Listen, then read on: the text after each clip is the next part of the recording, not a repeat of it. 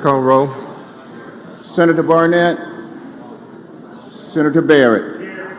Senator Berry. Senator Blackman. Senator Blackwell. Senator Blunt. Senator Boyd. Senator Branning. Senator Brumfield. Senator Bryan.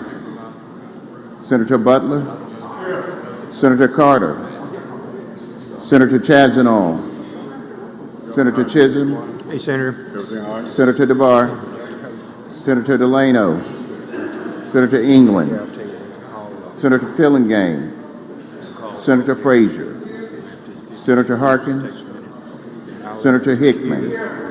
Senator Hill. Senator Hobson. Senator Horn. Senator Jackson. Senator Johnson. Senator Jordan. Senator Kirby. Senator Ladner. Senator McCon. Senator McClendon. Senator McMahon. Senator Michelle. Senator Norwood. Senator Parker. Senator Parks.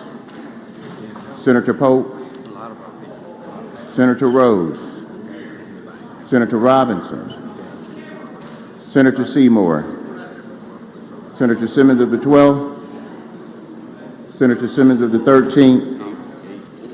Senator Sparks. Senator Suber. Senator Tate. Senator Thomas. Senator Thompson. Senator Turner Ford. Senator Whaley. Senator Wiggins. Senator Williams. Senator Younger. Mr. President, a quorum is present. Thank you, Mr. Clerk. Will the guests in the gallery and the senators please stand for the invocation to be given by Reverend Barry Earl Thompson, who is from the Spring Hill Missionary Baptist Church in Port Gibson, Mississippi. It's a guest of Senator Butler. Following the prayer, Senator Butler will lead us in the Pledge of Allegiance. So, Reverend Thompson. Thank you, Lieutenant Governor. We come to pray today for you in the Senate and for the House and for our state of Mississippi. And we just kind of enjoy to be back here one more time just to do this. And we also just like to let you know that the Bible let us know that that God saying all our ways acknowledge Him, and He will direct our path. And if you let Him direct your path, and we make decisions that are pleasing for the state of Mississippi. Let us pray. Father in heaven, we come, God, to just thank you for this grace and your mercy. Thank you for love and your kindness. Thank you for allowing us to come today, oh God, to petition to your throne. We thank you, dear God, for your darling son Jesus, who died on Calvary, but the third day morning he rose, that we will have this right to the tree of life, that we will one day be reunited with him on the throne. Father, we want to come asking your blessing upon this Senate. Today, oh God, we pray your special blessing upon my Senator Butler, oh God, and you continue to lead and guide him in that right direction. For all of these senators, God, who's coming to make decisions for the state, we pray now, Father, that you will lead and guide their minds, touch their hearts, oh God, and let them acknowledge you, that you will make everything all right. Father, we thank you for this Lieutenant Governor, oh God. We pray that you will lead and guide him, oh God, and be with him, oh God, and we pray for all their families and around, oh God. We pray to God for this great state of Mississippi and our governor, oh God, that you will continue, God, to let them acknowledge you, that you would direct the path of the state, you direct the path of them, and they make the laws and legislate, oh God, the way that you will have them to legislate that will be pleasing for the state of Mississippi. Father, we want to thank you for all that you do, all you have done, and all that you will do. These and many other blessings we pray in thy darling son Jesus' name, and for his sake, thy servant's prayer. Amen. Amen. Join me in the pledge. I pledge allegiance to the flag of the United States of America and to the republic for which it stands, one nation, under God, indivisible, with liberty and justice for all.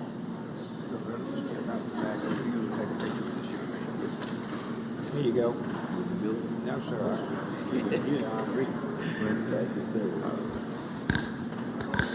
Thank you. Good morning. How are you? Watch that. Good? It's good to see you. Thank you, Governor. Thank you, Senator. Thank you, Pastor Reverend Thompson. Thank you, Senator Butler. I don't see him. There he is. Oh, I'm sorry. All right, Senator Johnson, you're recognized. Thank you, Mr. President. Ask for 4 privileges for Miss Hattiesburg Caitlin Perry to sing the national anthem. Seeing no objection is granted. Sergeant at Arms, bring Miss Perry, please, to the floor.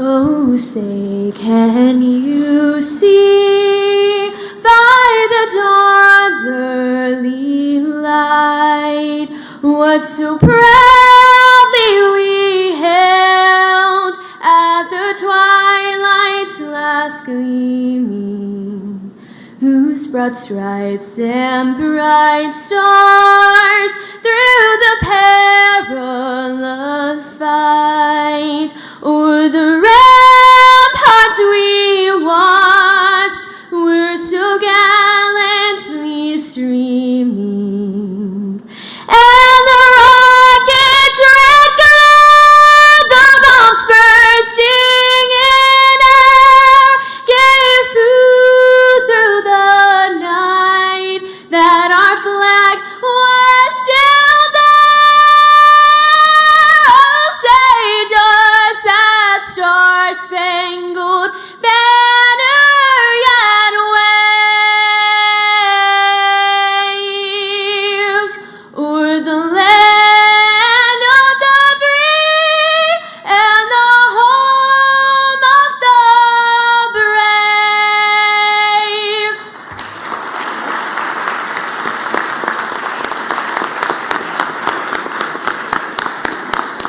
Thank you very much, Miss Perry. Thank you, Senator Johnson, for not singing along. Okay. Senator Blackwell. Now the reading of the journal. Senator Blackwell, you're recognized. Thank you, Mr. President. I move we dispense with the reading of the journal. Senator moves to dispense with the reading of the journal. All in favor signify by saying aye. Aye. Opposed, no. The ayes have it. Committee reports, Mr. Clerk. Mr. President, there are none. I'm sorry, those are message and petitions, Mr. Clerk. There are none, sir. And then committee reports, Senator Blackwell.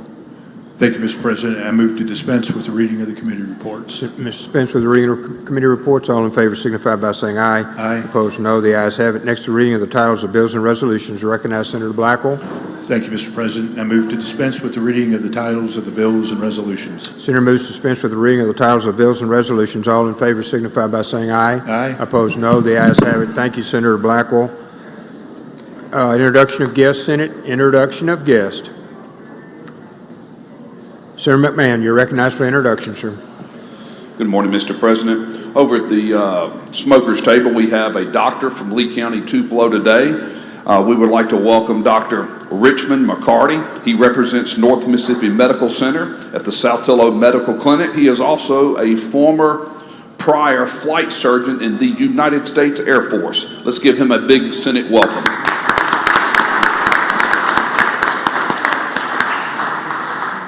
Thank you, Doctor, and thank you for joining us. Appreciate your service as well. Other introductions, Senate? Other introductions? Okay, seeing none. Senator Blackwell. Thank you, Mr. President. I would like to request floor privileges and presentation of SR 48 to the Olive Branch High School Conquistadors boys basketball team and head coach Eric Rombauer. Privilege to grant. Sergeant at Arms, please escort the guests to the chamber floor.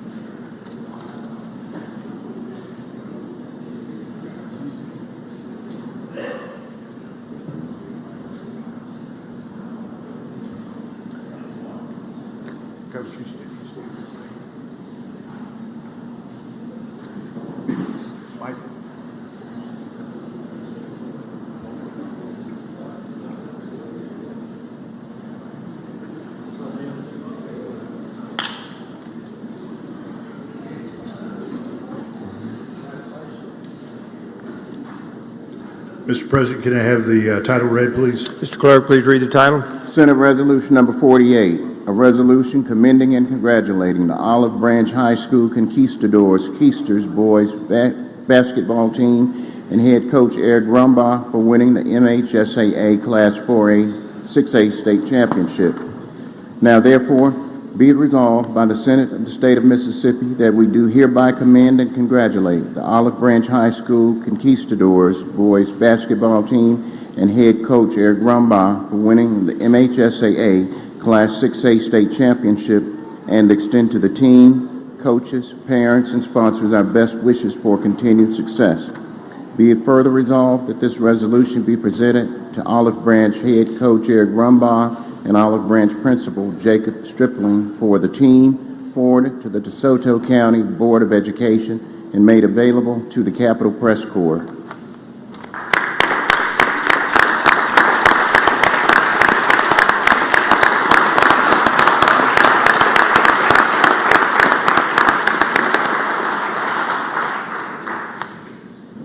Ladies and gentlemen of the Senate, this is the Keisters' second state championship.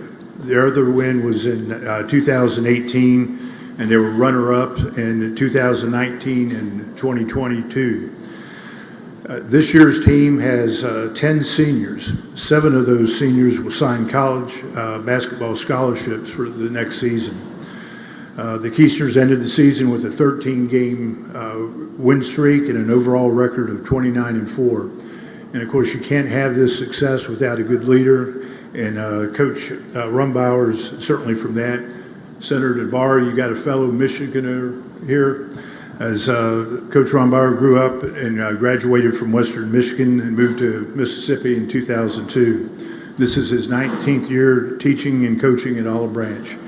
Mr. President, I'd request that you recognize Coach Rumbaugh to address the Senate. Coach Rumbaugh, you're recognized to address the Mississippi Senate.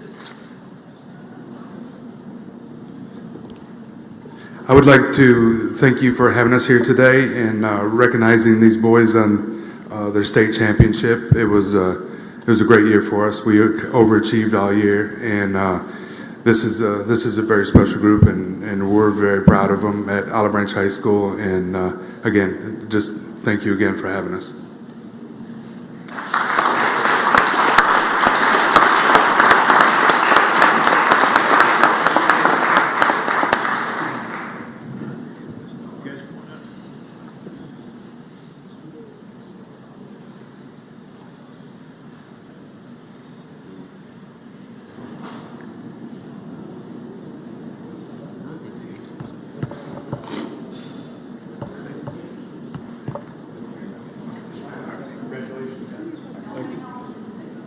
Hold on, we got one more picture.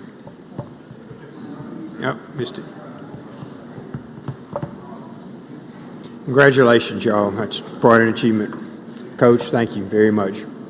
Multiple state championships, that's wonderful. Very difficult.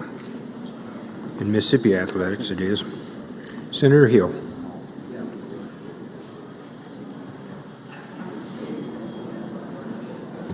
Thank you, Mr. President. I'd like to ask for floor privileges for Melissa Bond. For privileges granted, Sergeant Arms, please escort Ms. Bond to the podium.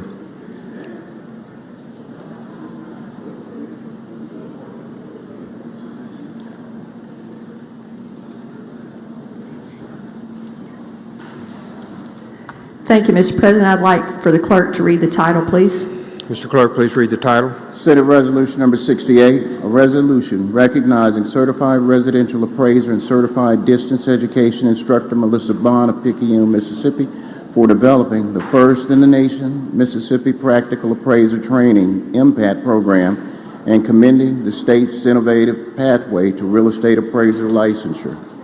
Now therefore, be it resolved by the Senate of the State of Mississippi that we do hereby recognize certified residential appraiser and certified distance education instructor Melissa Bond for developing the first in the nation Mississippi Practical Appraiser Training MPAT program and commend the state's innovative pathway to real estate appraiser licensure.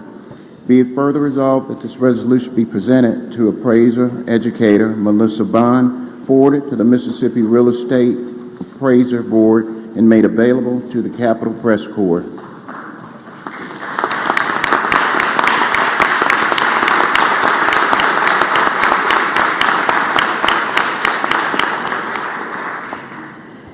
Thank you. Before I ask for permission for Melissa to address the Senate, I'd like to just say a few words about how proud we are of her being a Mississippian to develop this program that opens the doors to many more people who would like to be appraisers in the state of Mississippi and across the country. And I would also like to welcome Mr. Ed Neely, who's somewhere in the gallery, the executive director of the Mississippi Appraisal Board. So Ed is up here in the gallery. I met Melissa many, many years ago. Some of y'all may or may not believe that I actually did teach school at one time, and I taught her son 6th grade science, and he survived the year to go to the next grade. So I'm not going to say any more. I'm just going to ask for Melissa to be able to briefly address the state Senate on what she has accomplished for Mississippians and other people across the country. Ms. Bond, you're recognized to address the Mississippi Senate. Thank you. Thank you for the opportunity to stand before you and to share impact with you this morning. The Mississippi Practical Appraiser Training Program, impact, is a standalone pathway to obtaining a licensed appraiser credential. This program serves to increase the current appraiser population, specifically in rural, underserved areas of our state. This impact program was developed because I saw a dire need for well-educated and well-trained individuals to enter our profession.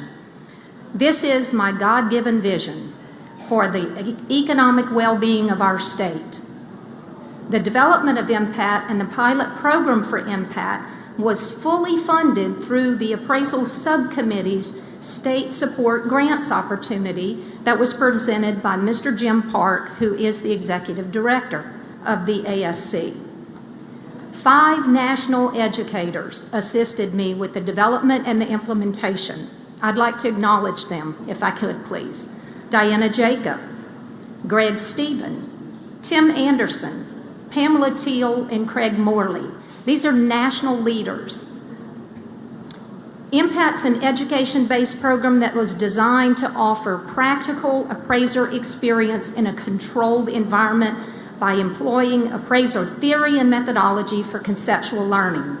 We did virtual sessions, we did in-person classroom sessions, we did site visits to residential properties across the state. These individuals come from across the state, not one particular area.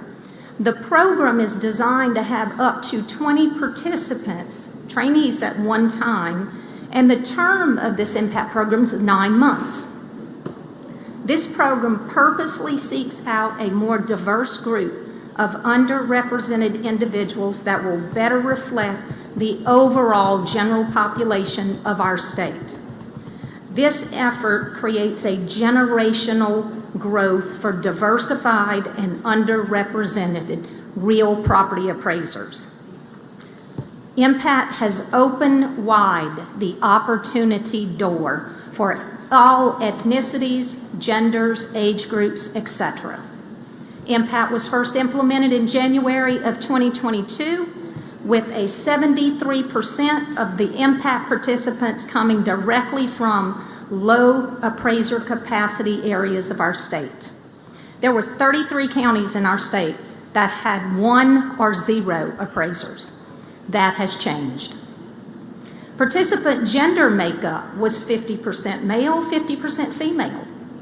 Also, 45% of the impact participants were from non-white populations, Latino, African American, and Native American. The effectiveness of impact is reflected in the overall pass rate for the national licensing exam. Impact individuals surpassed the national first-time test-taking average by 16%, and that is growing daily as more of the folks in the program are testing. The Mississippi Appraisal Board's director, Mr. Ed Neely, and I continually discuss this impact appraiser program training with other states. Recently, Mr. Neely and I traveled to Washington, D.C., where he was invited to testify before the Appraisal Subcommittee on the overall success of Impact and the successful outreach to underrepresented individuals. Across the nation, I have been invited as keynote speaker on multiple occasions regarding our success and how it can be duplicated and is currently being duplicated nationwide. Collaborative efforts are ongoing, and with other licensing jurisdictions, with other education providers, and even with higher education facilities. I am currently working with 2 community colleges that are wanting to do a 2-year associate degree program for this Impact. I'm currently running the 3rd program now. Lastly, I would like to acknowledge some Mississippians that were the wind beneath my wing, I like to call them. Duke and Libby Garraway, Jean McCarty, Margaret Yockers, Steve Brenner, Tim Taylor, Bill Anton, Sherry Allen, Curtis Robinson, Lee Brooking, Mary Sherman, Stacy Barr, Dorothy Jacobs, and Rhonda Plitt, along with the Mississippi Appraisal Board, Tracy Wofford, Nick Crutcher, David Griffith, Brad Feltenstein, and Norman Kennedy. This program has been successful, and it continues to be successful, and it has put Mississippi, our great state, in the forefront.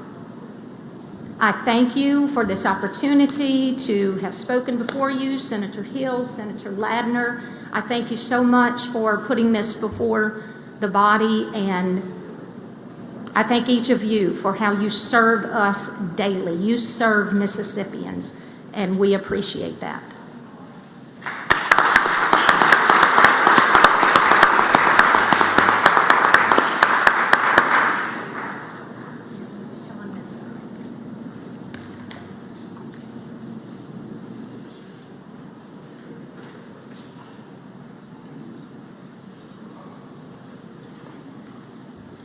Thank you, Ms. Bond. I appreciate you.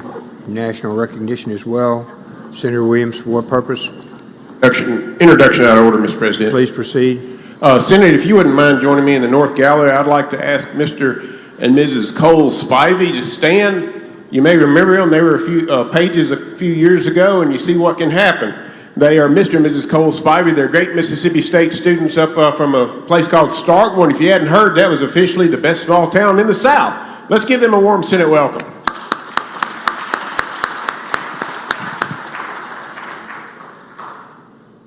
Senator Johnson. Thank you, Mr. President. In the South Gallery, we have a distinguished young woman from Lamar County, Miss Katie Weir, and she's joined by her parents and Miss Katie Scarlett. And on behalf of myself and Senator Polk, please make her feel welcome.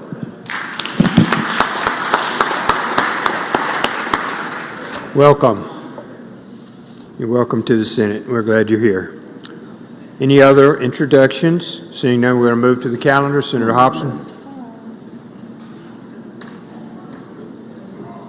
Item 1, Senate.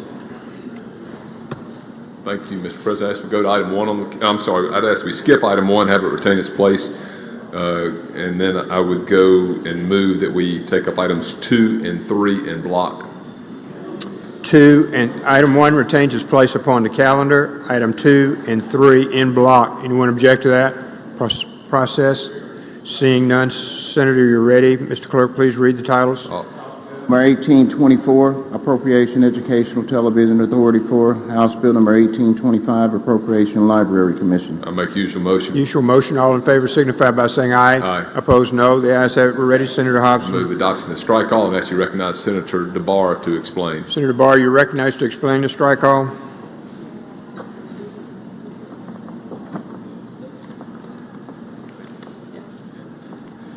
Thank you, Mr. President. Thank you, Mr. Chairman. Let's see what the bills are here. 1824, sir. 1824 is the ETV, Educational TV budget. That is also known as MPB. Last year, the Senate base for that, or LBR, is $10.9 million. The Senate action is 10.923, which is really accounts for the increase in general funds of the health insurance costs. So it's an increase of $20,000 for the budget. Everything else is level funded. If you recall, we appropriated money last year so they can build some towers down in McHenry and other locations throughout the state. They've asked for some reappropriations for that. Digitalization of some education content, the Medgar Evers documentary, and further tower maintenance and repairs. That's the explanation of the strike all. I'll yield for any questions. Questions on the strike all? If there are none, move for adoption of strike all. Adoption of the strike all. All in favor signify by saying aye. Aye. Opposed, no. The ayes have it. Move for, suggest uses of the morning roll call for final passage. Use of morning roll call has been requested. Anyone object to the procedure? Court is voting no. Hill, no. Anyone else? Chisholm, no. Anyone else? Anyone else? Bill passes by use of the morning roll call. Senator Simmons, for what purpose? Introduction out of order, Mr. President. Please proceed. Thank you, Mr. President. Members of the Senate, in the West Gallery, we have some career coaches here from Washington County. They are here today with Accelerate Mississippi. Tracy Sims, will you please stand? Kenny Gines, Charles Bell, and Yolanda Ray. I ask the Senate to make these career coaches from Washington County feel welcome. Welcome. Okay, Senator. Item 3, sir. Thank you, Mr. President. Actually, I think we took up 2 and 3 in block. That included both ETA and Library Commission. Yes, sir. On the last 2, and those were strike alls. Move to item 4 on the calendar and have the title read, please. Mr. Clerk, please read the title. House Bill number 1812, appropriation, Attorney General. I'll make the usual motion. Make sure you use your motion. All in favor signify by saying aye. Aye. Opposed, no. The ayes have it. Please proceed. I move adoption of the strike all. I ask that you recognize Senator Wiggins to explain. Senator Wiggins, you're recognized. Thank you, Mr. Chairman, Mr. President.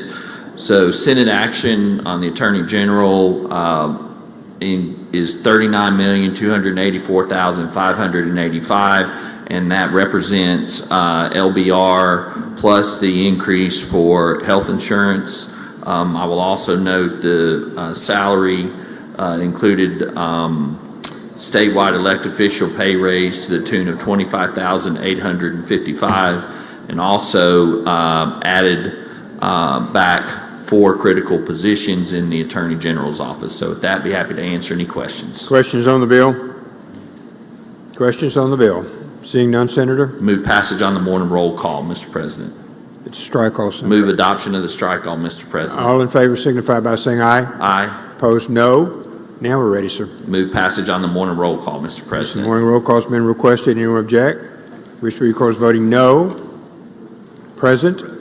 Bill passes by use of the morning roll call. Thank you, Senator Wiggins. Senator Hawkins. Hobson, I'm sorry. Thank you. Thank you, Mr. President.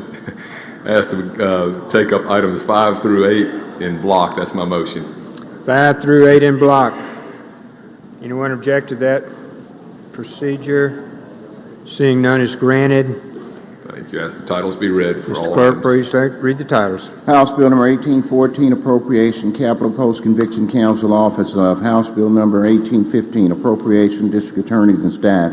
House Bill number 1819, appropriation, State Public Defender Office of.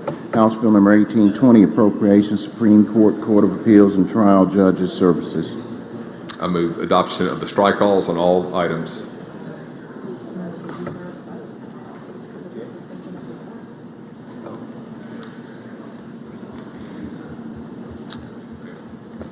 Move adoption of the strike alls on all items, and ask you recognize Senator Wiggins to explain. Senator Wiggins, you're recognized. We're on strike all. Thank you. Thank you, Mr. President.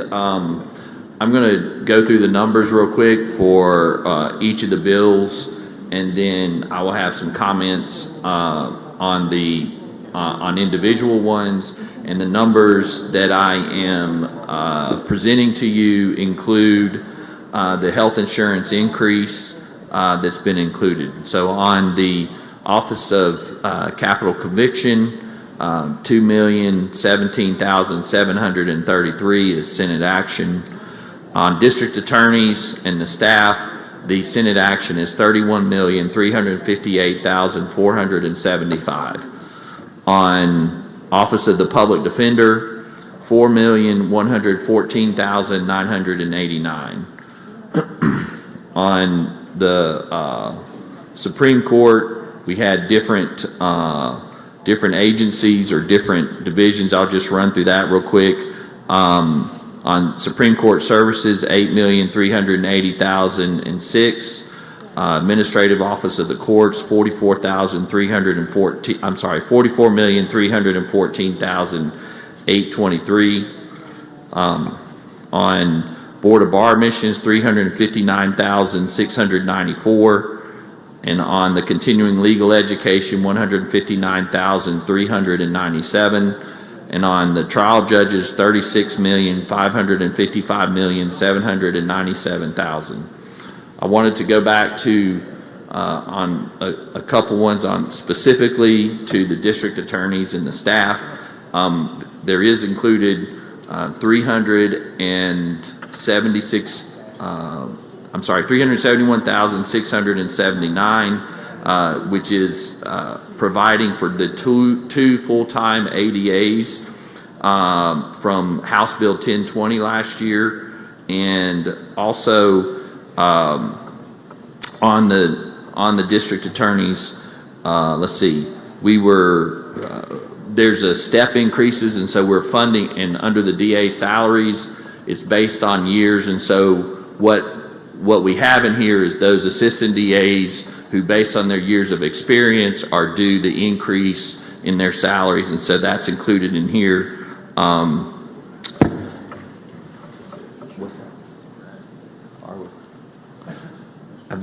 It's been made to my attention that we will most likely be discussing that in conference. So with all of that, I'd be happy to answer any questions.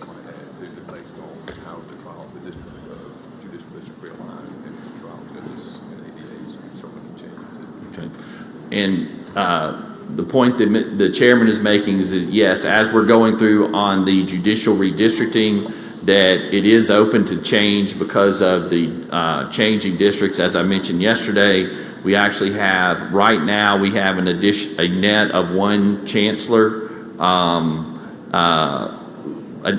net of one judge with an additional 3 chancellors in place through the redistricting plan. So we do suspect that will probably change as we go through the process. So I'd be happy to answer any questions. Questions on the bills?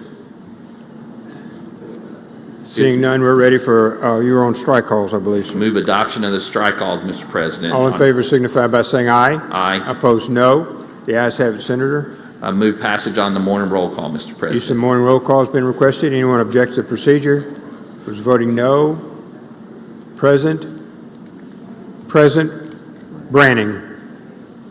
Anyone else? Anyone else? Bill passes by use of morning roll call. One present. Chairman Hobson. Thank you, Mr. President. That's that. My motion is to take up items 9 through 12 in block.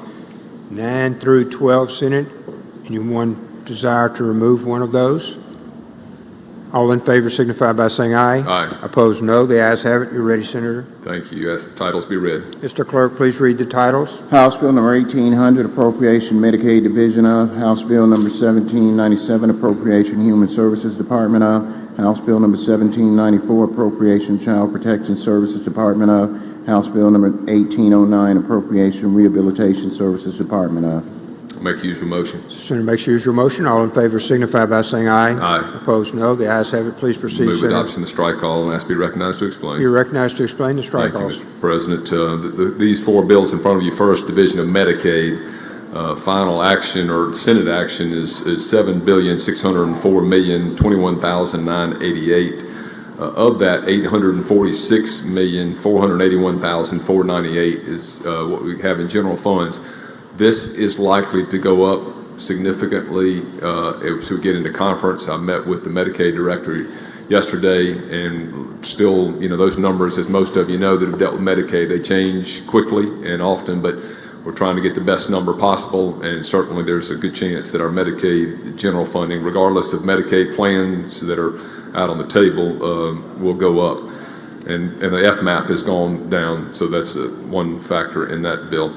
Secondly, on DHS, the final number is $1,814,658,536. Of that amount, $75,956,688 is general funds. I do know that there is still some additional funds that are needed to finish out their computer system at DHS, and so that's likely to be an additional item, whether it's through general or capital expense funds. That's something we'll have to look at in conference. CPS bill, final action, $298,006,602. Of that amount, $131,484,228. You'll recall that we gave a deficit appropriation to CPS earlier in the session to help them stay up to speed, and we're always monitoring the Olivia Y suit, and we were trying to make sure they've got the tools that are needed to continue to improve their percentage of caseworkers per children in the system. And then finally, on Department of Rehab Services, final action, $251,002,433.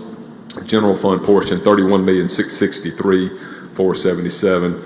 Obviously, as has been discussed previously, on all these bills, the health insurance is included as an increase, so that's already built into every budget. The couple things that stand out on Department of Rehab Services, they're looking for some contract worker increases on the case, the personal assistance that they have, and a couple other items too that we will look at. With that being said, I'll yield for questions.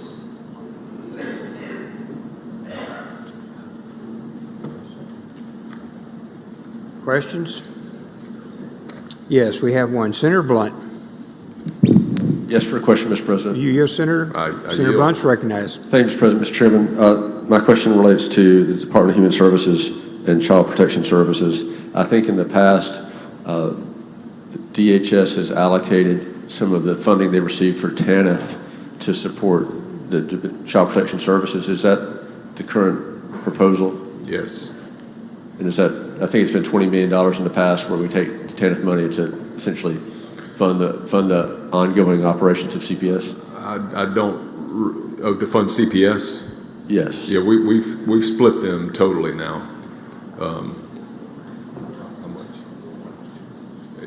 He does think it's $20 million that they get in the sub-grant. Do you think that funding of CPS should be funded through general fund dollars and not through TANF money? Haven't thought about it, Senator. Well, I know this is going to conference, so you'll have an opportunity. Thank you. Thank you. Are there other questions, Mr. President? Thank you, Senator Blunt. Other questions? Seeing none, Senator, we're ready for My motion would be to adopt the strike alls for all bills. All in favor signify by saying aye. Aye. Opposed, no. Okay, we're ready, Senator. I move for passage by use of the morning roll call. Passage by use of the morning roll call has been requested. Anyone object to the procedure? Court is voting no. Present. Seeing none, the bills passed by use of the morning roll call.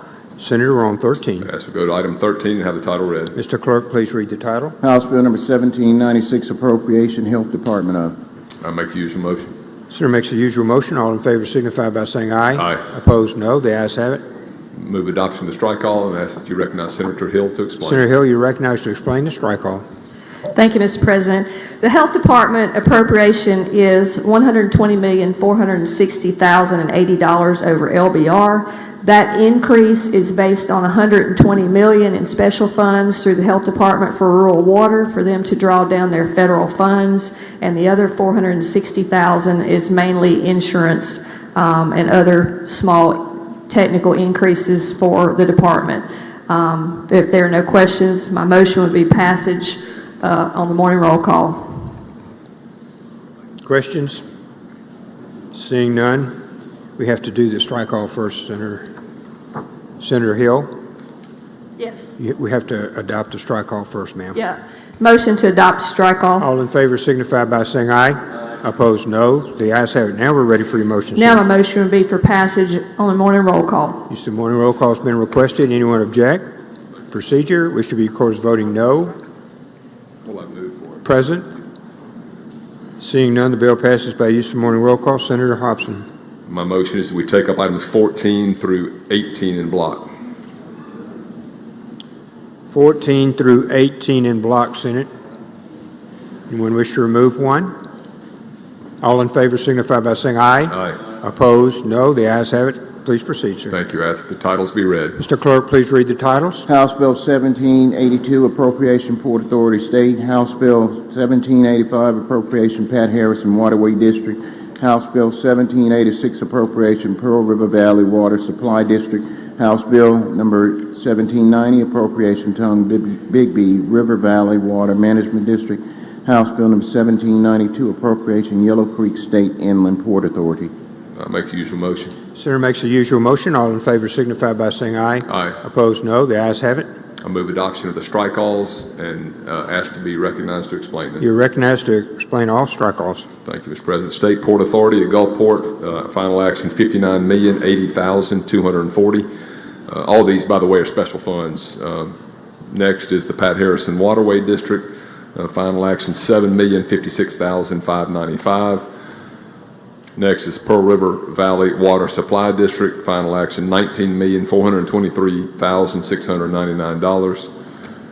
And the next is the Tom Bigby River Valley Water Management District, final action $7,706,169. And finally, Yellow Creek State Inland Port Authority, final action $12,012,746. Yield for questions. If Questions on the strike-alls?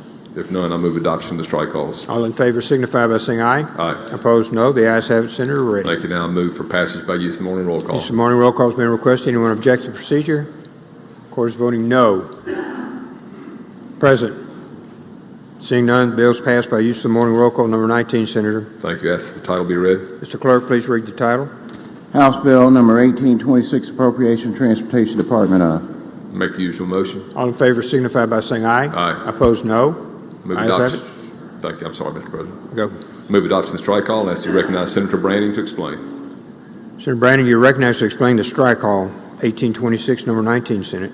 Thank you, Mr. President. This is the budget for the Department of Transportation.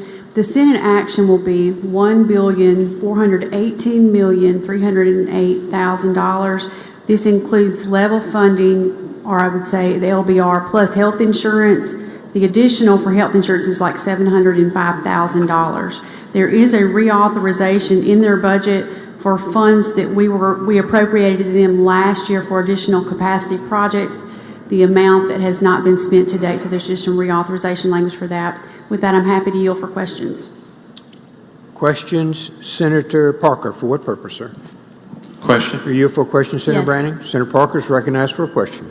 Thank you, Senator Branning. You mentioned the capacity projects. Where do we stand right now on any potential dollars towards capacity projects for this year? Well, certainly, I think that we'll be having those discussions when we get into the conference. We'll defer to the chairman on that. But as we begin to put together the overall budget and determine how much additional money we have to work with, and we'll certainly be having those discussions. And as you know, I'm a proponent for that. I think we need to be looking at additional dollars for capacity and for maintenance as we go forward. I believe the commissioners were at least on television up in my area 2 days ago. One of them was pretty irate and pretty upset about where he saw the transportation funding going for this year. Did you get an opportunity to see that video yet? I did see the video. Is it the position of the commissioners right now that they see that there's possibly no money going to capacity this year? I think that we're not finished with session, and we have several days ahead of us that we'll be making some very important decisions, and I hope that we do keep transportation infrastructure at the forefront of those decisions. As always, I thank you for your work on that. If you would, please keep me up to date on any updates or any status that you hear on that. I'll do that. Thank you. Thank you, Senator. Thank you.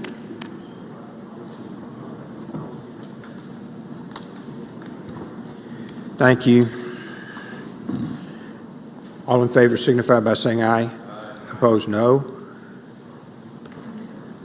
You should remind me to thank Senator Sparks as replying, the only one replying, Senator. I move final passage on the morning roll call. Use of the morning roll call has been requested. Anyone object to the procedure? We should be, of course, voting no. Present. Bill passes by use of morning roll call. Senator? Thank you. I ask that we go to item 20 on the calendar and have the title read. Mr. Clerk, please read the title. House Bill number 1811, Appropriation Athletic Commission. I make the usual motion. Usual motion. All in favor signify by saying aye. Aye. Opposed, no. The ayes have it. Move adoption of the strike all. Ask to be recognized to explain. You recognize, Senator, to explain the strike all. Thank you. This is a special fund. In fact, I'm going to be taking up a bunch in a row here in a few minutes, but this is a special fund. The Athletic Commission, the final action on this is $139,911. I'll yield for questions. Questions on the strike all. Senator Hill, you're recognized.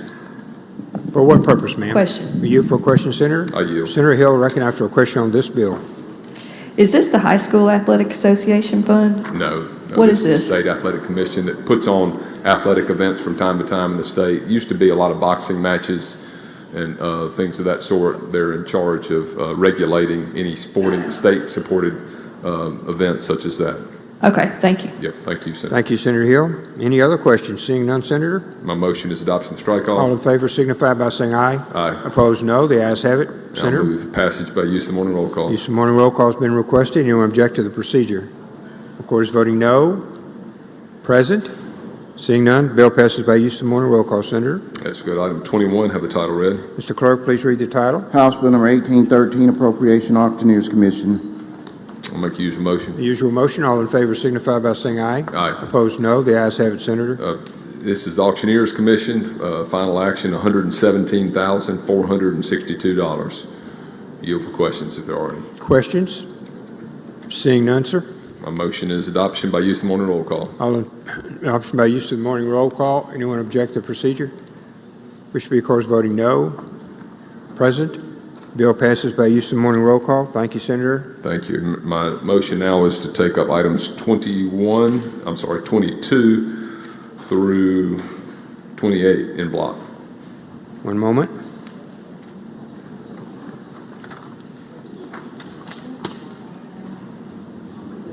(22) through 28 in block. Does anyone desire to pull one? All in favor signify by saying aye. Aye. Opposed, no. The ayes have it, Senator. Thank you. Ask the titles be read. Mr. Clerk, please read the titles 22 House Bill number to 28. 1793, Appropriation, Barber Examiners Board of. House Bill number 1795, Appropriation, Cosmetology Board of. House Bill number 1777, Appropriation, Engineers and Land Surveyors Board of Registration for Professional. House Bill number 1779, Appropriation, Foresters Board of Registration for. House Bill number 1804, Appropriation, Optometry Board of. House Bill number 1810, Appropriation, Social Workers and Marriage and Family Therapists Board of Examiners for. House Bill number 1821, Appropriation, Veterans Home Purchase Board. I'll make the usual motion. Senator makes the usual motion. All in favor signify by saying aye. Aye. Opposed, no. The ayes have it. Thank you, Senator. I move adoption of the strike alls and ask to be recognized to explain You're them. recognized to explain the strike all, Senator. Okay, first is the Board of Barber Examiners, and the amount is $332,928. Again, all special funds here. All of them have the health insurance increase too. Next one is Board of Cosmetology, $1,016,500. Next is the Board of Professional Engineers and Land Surveyors. Action is $551,335. Next is the Board of Registration for Foresters. Send action $62,755. Next is the Board of Optometry, $230,054. Next is the Board of Examiners for Social Workers, Marriage and Family Therapists. That number is $270,228. Next is the Veterans Home Purchase Board, and their final action will be $74,607,732. I'll yield for questions. Questions on the bills? If none, I'll See move none. adoption of the strike alls. All in favor signify by saying aye. Aye. Opposed, no. The ayes have it. Please proceed.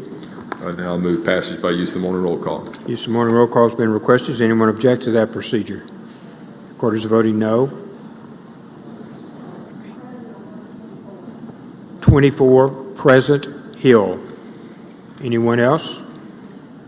Anyone else?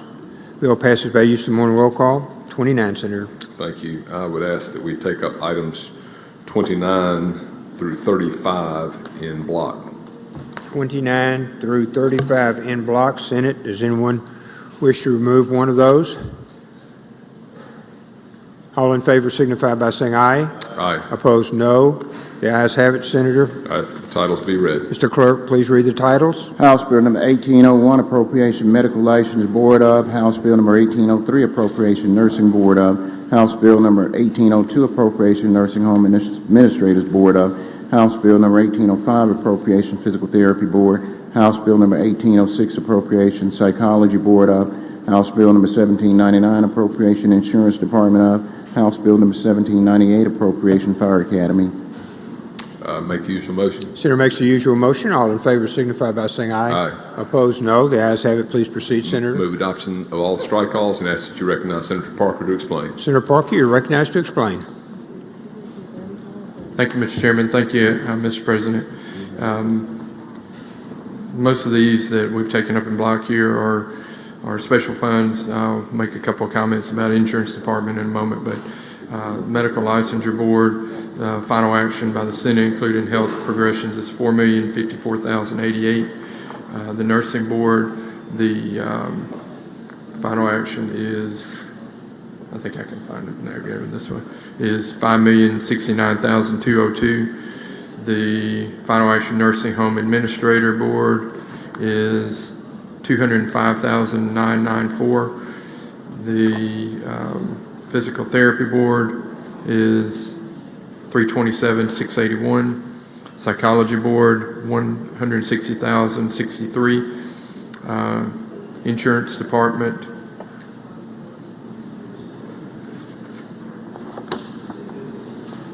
is $16,368,194.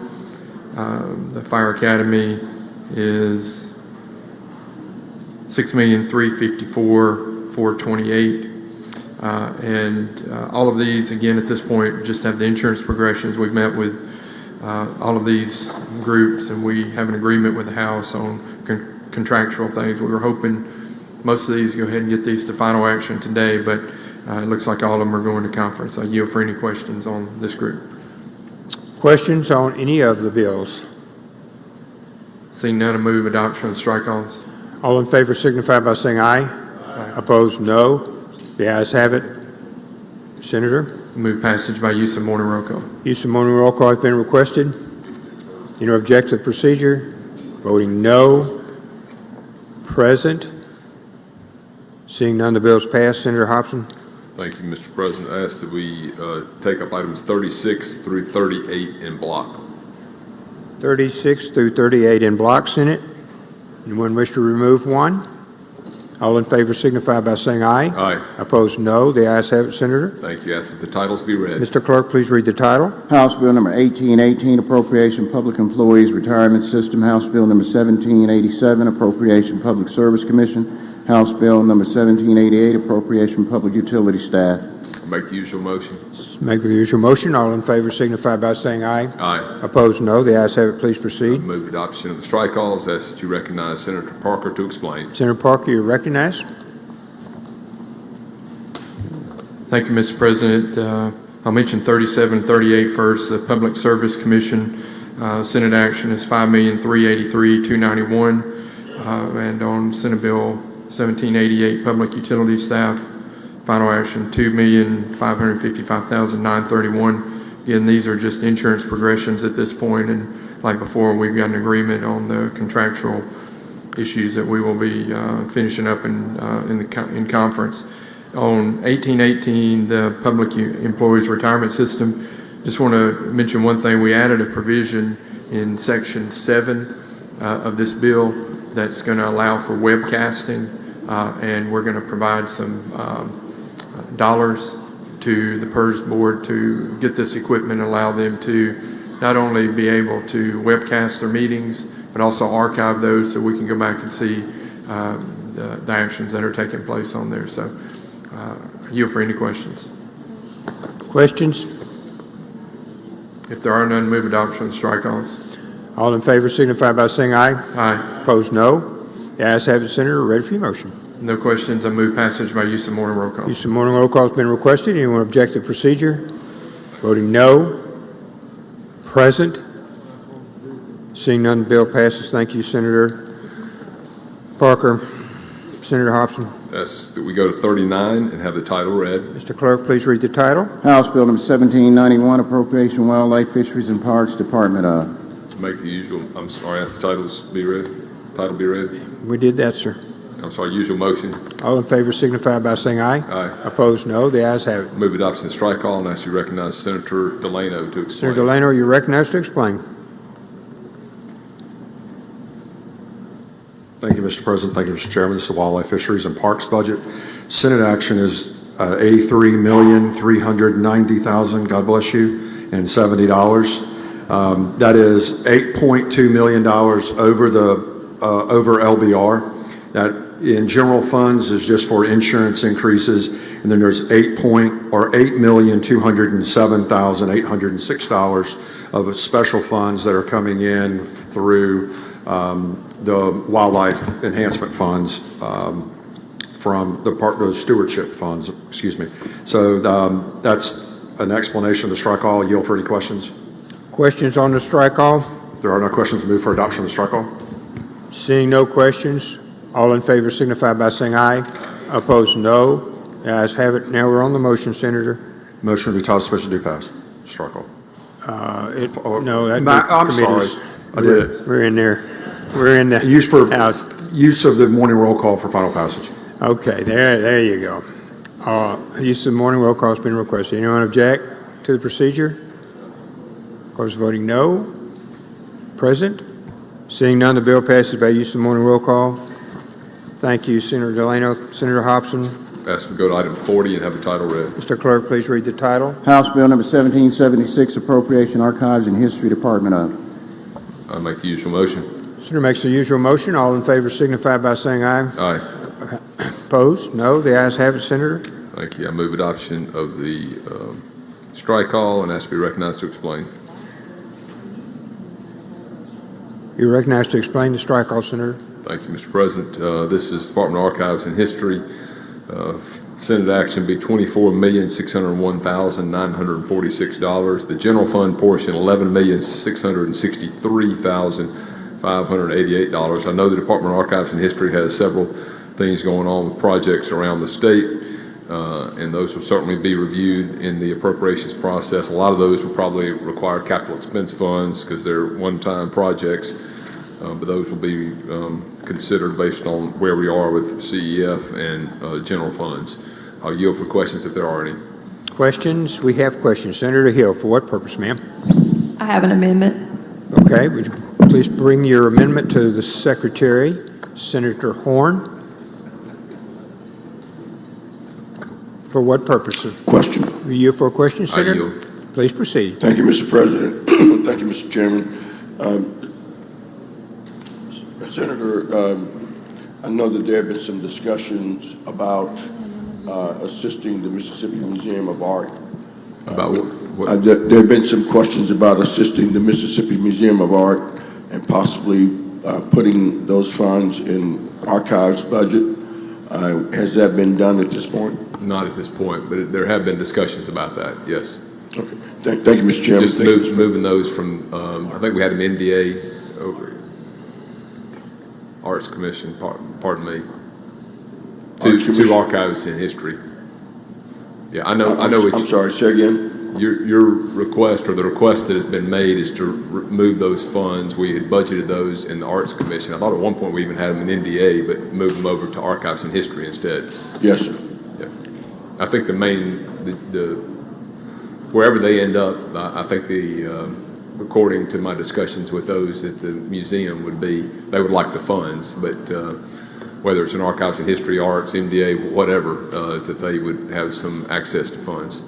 Right, and I would also suggest maybe Department of Finance and Administration, since it handles a lot of pass-throughs similar to that. Right. Thank you, Mr. Chairman. Senator Horn. Thank you, Mr. President. Other questions? Okay, we're on an amendment, Senator. Senator Hill is recognized on her amendment. Please put it up on the screen. Okay, Senator, it's on the screen. Thank you, Mr. President. I'll be brief.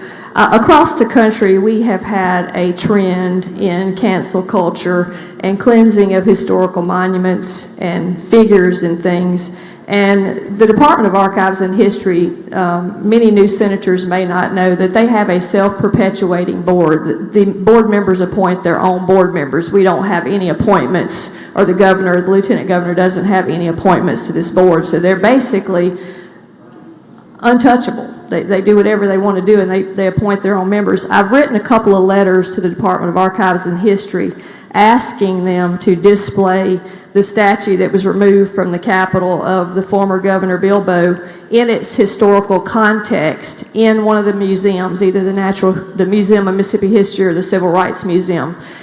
We've come to the point to where if somebody represented something that was offensive or that we didn't agree with or we thought was bad, that we want to just remove them from history. I think that's a dangerous precedent. I think that people, no matter what you think about them or what they did, whether it was right or wrong, if they have their place in history, we need to preserve that history so that our young people can learn from that. We tend to repeat the same mistakes if we don't know what happened in the past. So my amendment would be that there would be no funds expended for archives and history unless that they put the bust or the statue of former Governor Bilbo in one of these two museums in its present historical context. And that would be my amendment.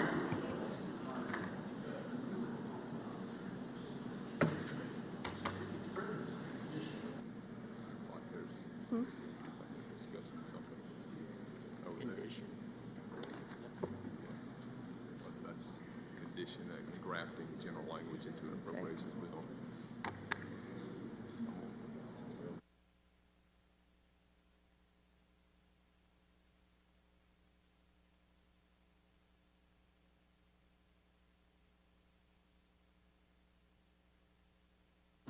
May I respond, Mr. President? Yes, I'm sorry, Senator. Senator Hobson. I think the point of order would be that this is engrafting general legislation into an appropriations bill. I anticipated your request. One moment, we were just working on that.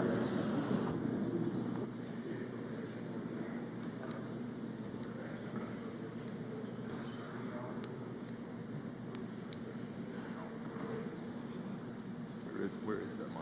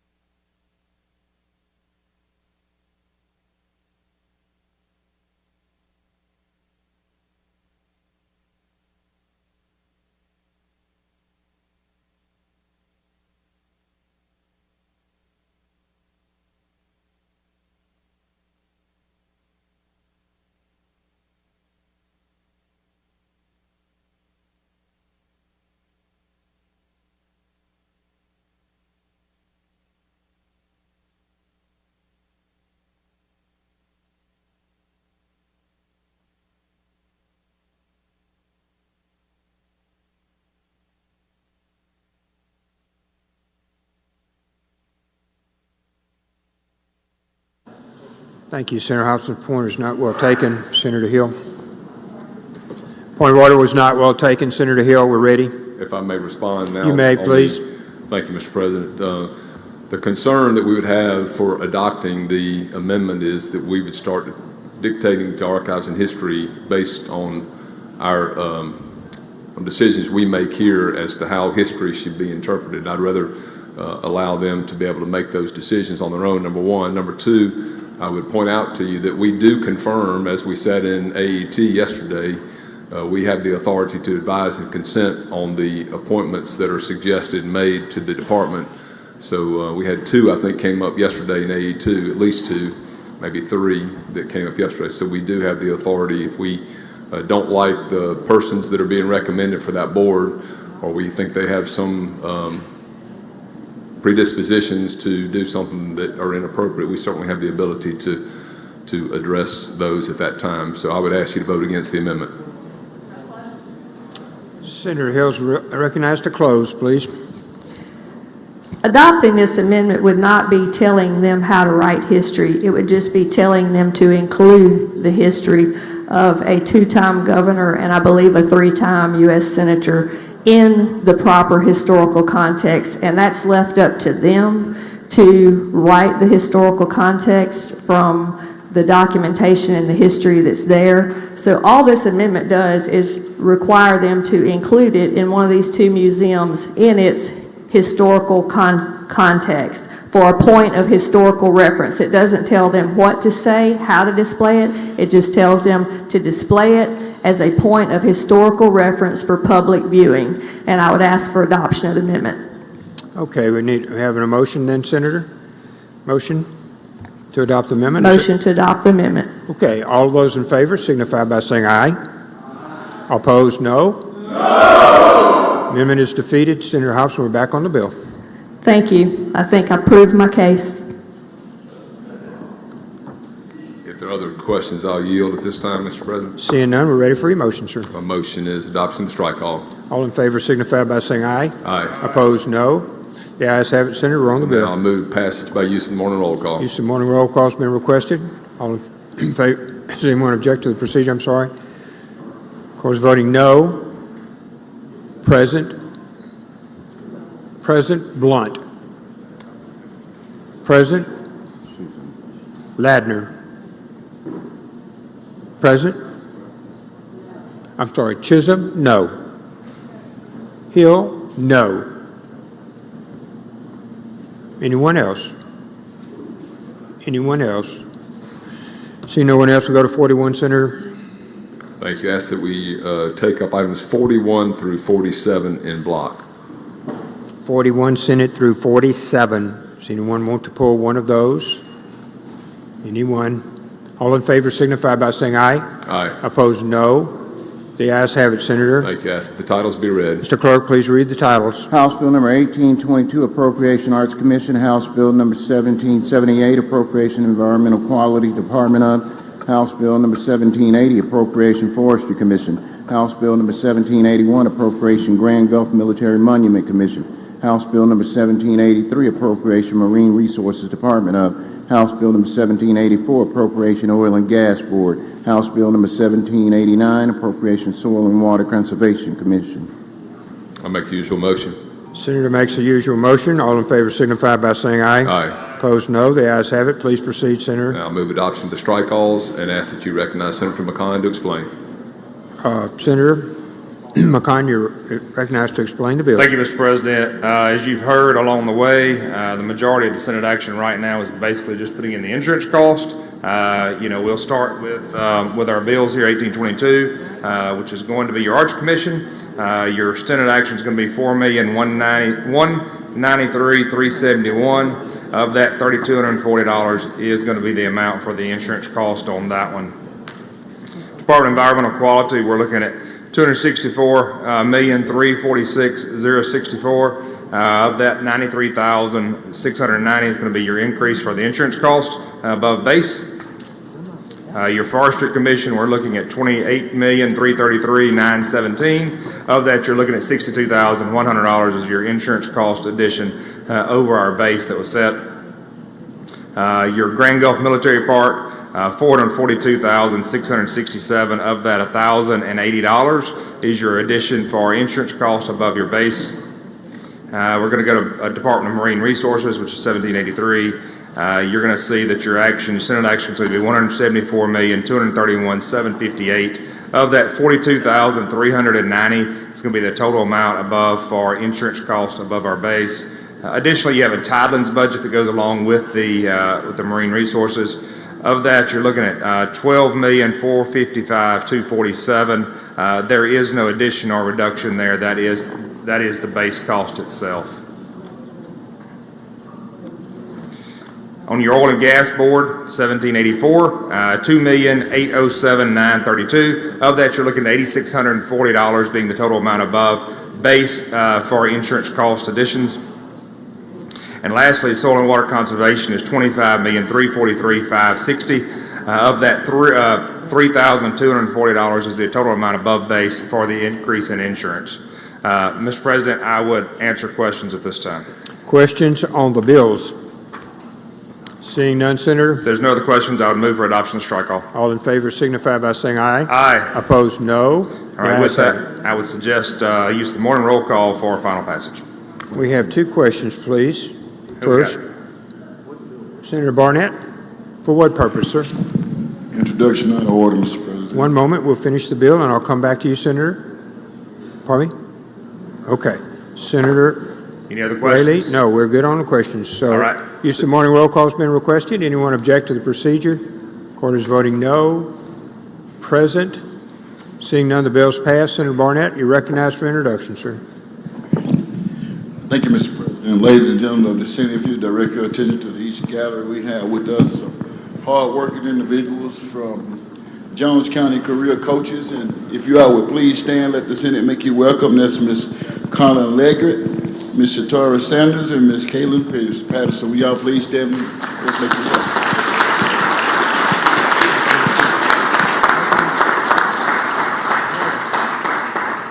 They are doing great work for our young men and women. That next step after school, very, very, very helpful. Senator Whaley. Thank you, Mr. President. Introduction out of order, please. Please proceed. Thank you. In the North Gallery, we have with us a group of students from Magnolia Heights High School. I'd ask for them to please stand up. This is the leadership class at Magnolia Heights, and they've made the long trip from Senatobia down, so just ask that the Senate please make them feel welcome.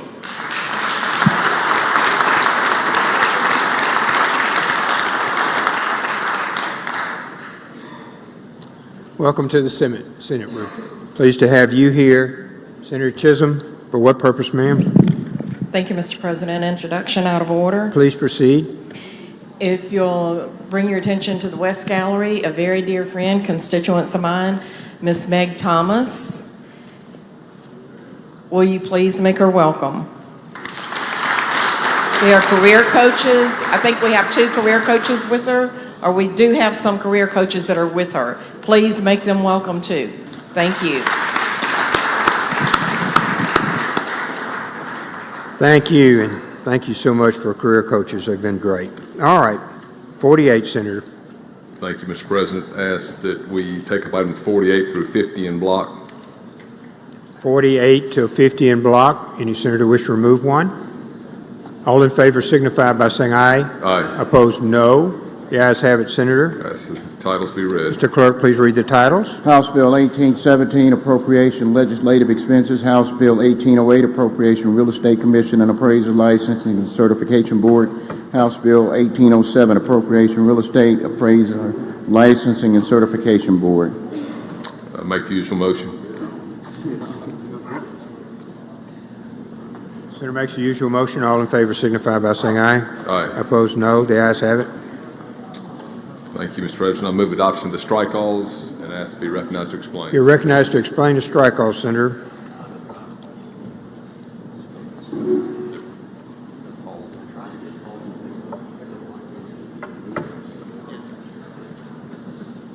Thank you, Mr. President. First one is the legislative operations expenses budget. That is $35,363,406. All but $50,000 that is in general funds. And I don't think there are any, other than monetary changes, any changes to the actual items that are being added to or deleted from different programs in which we're involved. And we have compacts and agreements. Next is the Real Estate Commission.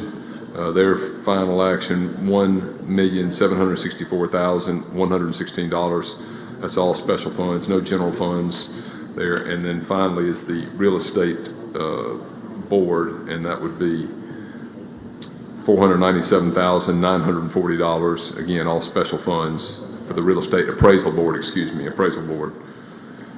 That's an explanation of those three bills. I'll yield for questions. Questions on any of the bills? Seeing none, Senator? I move adoption to strike all. All in favor signify by saying aye. Aye. Opposed, no. The ayes have it. Now I'll move for passage by use of the morning roll call. Use of the morning roll call has been requested. Does anyone object? Wish to be recorded as voting no. Present. Black. Present. Branning. Present. Anyone else? Seeing none, the bill passes by use of the morning roll call. Two presents. Mr. Clerk, we're on 51, Senator. Ask that you call it up and have the title read. Mr. Clerk, please read the title. House Bill number 1816, appropriation, reappropriation, DFA, Bureau of Building, fiscal year 2024. I make the usual motion. Senator makes the usual motion. All in favor signify by saying aye. Aye. Opposed, no. The ayes have it. I move adoption of the strike all and ask that you recognize Senator Polk to explain. Senator Polk, you're recognized to explain the bill. 51, Senate 1816. Thank you, Mr. President. Thank you, Mr. Chairman. This is a simple reapportionment of funds of $699,425,820, which we have previously appropriated in years gone past, and we need to move it forward so they can continue to have access to the funds. If there are no questions, I move the strike all be adopted. Thank you, Senator. Questions? Questions? Seeing none, Senator, we're ready for your motion on the strike all. Move that we adopt the strike all. All in favor signify by saying aye. Aye. Opposed, no. The ayes have it. Now, Senator. I'd like to use the morning roll call for final passage. Use of the morning roll call has been requested. Does anyone object to the procedure? Court is voting no. Present? Seeing none, bill passes. 52, Senator Hobson. Mr. President, I'm going to ask that we skip item 52, and I would move to suspend the rules to go back to item 1 on today's calendar. One moment. Item 52 retains its place upon the calendar. Suspend the rules. All in favor signify by saying aye. Aye. Opposed, no. The ayes have it. Senator? Thank you. I ask that the title be read. Mr. Clerk, please read the title on number 1. House Bill number 1823, appropriation, education department of. I make the usual motion. Senator makes the usual motion. All in favor signify by saying aye. Aye. Opposed, no. The ayes have it. Please proceed. I move adoption of the strike all and ask that you recognize Senator DeBar to explain. Senator DeBar is recognized to explain the strike all. Thank you, Mr. President. Thank you, Mr. Chairman. This is the K through 12 general budget for the year. We've taken the House budget to just strike all. The House sent over a budget and replaced MAEP with Inspire, with the words of Inspire, with their amount that they calculated would be the funding for Inspire. Obviously, we did a strike all. Same bill generally as last year, and I'll go through some figures on that at this point. So we're looking at MAEP being last year, our base is $2,399,937,000. This year it's $2,946,450,000. That is an increase of about $546 million. That is the increase accounts for, if you recall last year, we held two items out of the MAEP formula, the $240 million teacher pay raise, as well as the $100 million spent and dispersed to districts by ADM. We are rolling that into MAEP this year. We are also including the $15 million teacher pay raise that we passed earlier this week. And so that accounts for the difference regarding MAEP. As a result, in the general education budget, there is a decrease from $2.4 billion down to $2.1 billion. That accounts for removing the teacher pay raise plus the $100 million to MAEP. The other increases include the health insurance increases for the Department of Education, MSMS, School of Arts, blind and deaf, obviously the teacher pay raise. We also included appropriated $25,000 for the department to study the MAEP formula, look at the formula or any other formulas or calculations they can deem appropriate and make a recommendation to the legislature. In addition, if you recall last year, we moved the charter school board appropriation from universities and colleges to K through 12 education. Of that, $900,000 is appropriated from general funds, $500,000 is appropriated from special funds, and for a total of $1.4 million for the charter school authorizer board. Obviously, this has a reverse repealer, expected to go to conference, and we're hoping for a good budget compromise at the end of the session. But that's an explanation of the strike all. Actually, let me go through, we got two more items in that, this bill. VOTEC, vocational technical education, that is, base is $109,193,000. Senate action is $109,202,000. That is an increase accounting for health insurance, as well as discuss the charter school. So I'll yield for any questions of the strike all, if there are any. We also put back to MAEP, we added the $206,000 that we passed on our Senate MAEP bill. So that is also in there, and accounts for, what's that? $246 million. So those are the increases. That's the position that we have taken in the Senate, and I'll yield for any questions at this time. If there are none, I think we have a amendment. We've got some questions first. Yes, Senator Jordan, for what purpose, sir? Mr. President, I have a question for Mr. You for a Chairman. question, Senator? Yes, sir. Senator Jordan's raised for a question on this bill. Is there any increase in the amount of work, like trading in the high school shop, we once called it? Like VOTEC and CTEs? VOTEC, yes. We've level funded it from last year, and we just increased the health insurance. So right now, we're just getting this to the conference and see if we can increase that area. If you recall, we have EEF money that we kind of put in this budget, but that won't be determined until after, or we get in the conference and try to resolve a budget. But the budget is not less than it were last year. Just reminded Corbin reminded, they can use their MAEP money also for CTE as well. Okay. So the increase of the 206 that we're putting in there could also be used for CTE. Thank you, Mr. Thank you, Senator Jordan.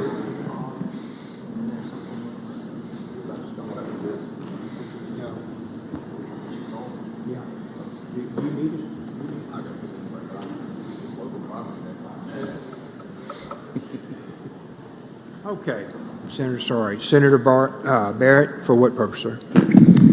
Question, Mr. President. Are you for a question, sir? Yes, I do. Okay, Senator, you're recognized for a question on this bill. Thank you, Mr. President. Thank you, Mr. Chairman. Could you repeat what you said about Mississippi School of Arts? We're covering the health insurance increase in this appropriation, and that is $10,800 for health insurance increase. Okay. Thank you.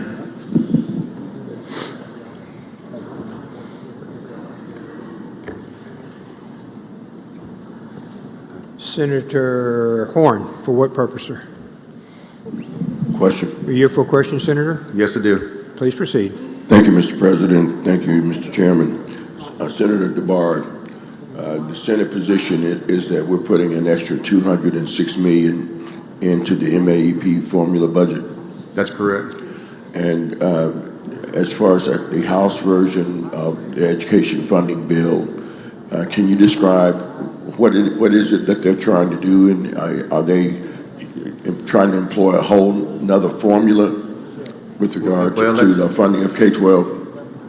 That's correct, Senator Horn. With their new Inspire bill that they passed, they've eliminated or scrapped MAEP and come up with a different calculation. If you're asking me to explain it to you, I don't think I could at this point. But yeah, that's what they've done. They've removed MAEP, come up with a new calculation, put the amount that they calculated it Inspire to cost in their House bill when they sent it to us, yes. And how much difference is their budget compared to the Senate budget? They put in roughly 246 million, 250 million. We put in, with the teacher pay raise that we passed, we're putting in 256 million. Okay, thank you. And the bill's going to go to conference. The House seems to be dug in on Inspire. The Senate has this position. Is it conceivable that we'll get a budget for K-12 before we get out of here? I've committed that if we publicly and privately, that if we cannot agree on a new Inspire or come to a compromise with the House on the education funding formula, that I've committed to the new state superintendent and everybody else that at the very least we can level fund education so that our districts will have a budget. Because as you know right now, districts, if they have not already hired their teachers, they will have hired them by April 15th. And by end of May, they're going to enter into contracts with their non-certified personnel. And so if we leave without a budget, as I was informed today, you're looking at RIFs or cutting back services. And if you have RIFs where teachers don't have contracts, in my area, they could be going to Alabama along the lines. People going to Memphis or Louisiana because they want some security, these teachers do. So, and I don't blame them. And so I think it's imperative that we have a budget when we leave here, and I'm committed to making that happen. All right, thank you very much, Mr. Chairman. Thank you, Mr. President.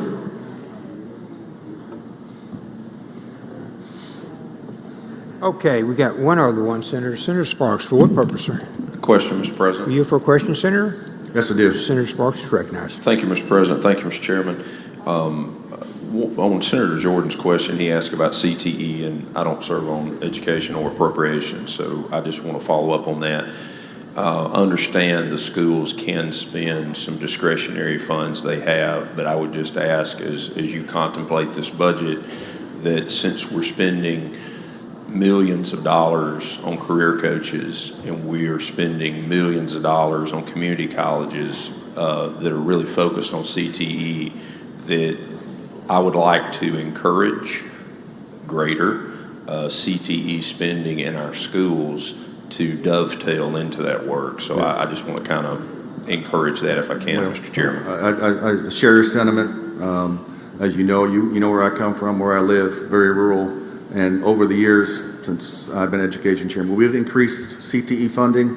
My hope is that with the additional $206 million of MAEP money we're putting in there in our budget, that some of that money will also, which it also can be used for CTE programs, but we will continue to try to work on that funding, and because, as you know, not every child goes to college, and this is another avenue where a student can graduate and potentially have certificates or licenses and go right to work as soon as they graduate. Thank you, Mr. Chairman. Thank you, Senator Sparks. Okay, Senator. Any other questions, sir? Any other questions? All right, Senator, we're back on your strike call. I'm sorry, we have an amendment. Senator Polk, you're recognized for an amendment. Thank you, Mr. President. Thank you, Mr. Chairman. My amendment to House Bill 1823 deals with charter schools.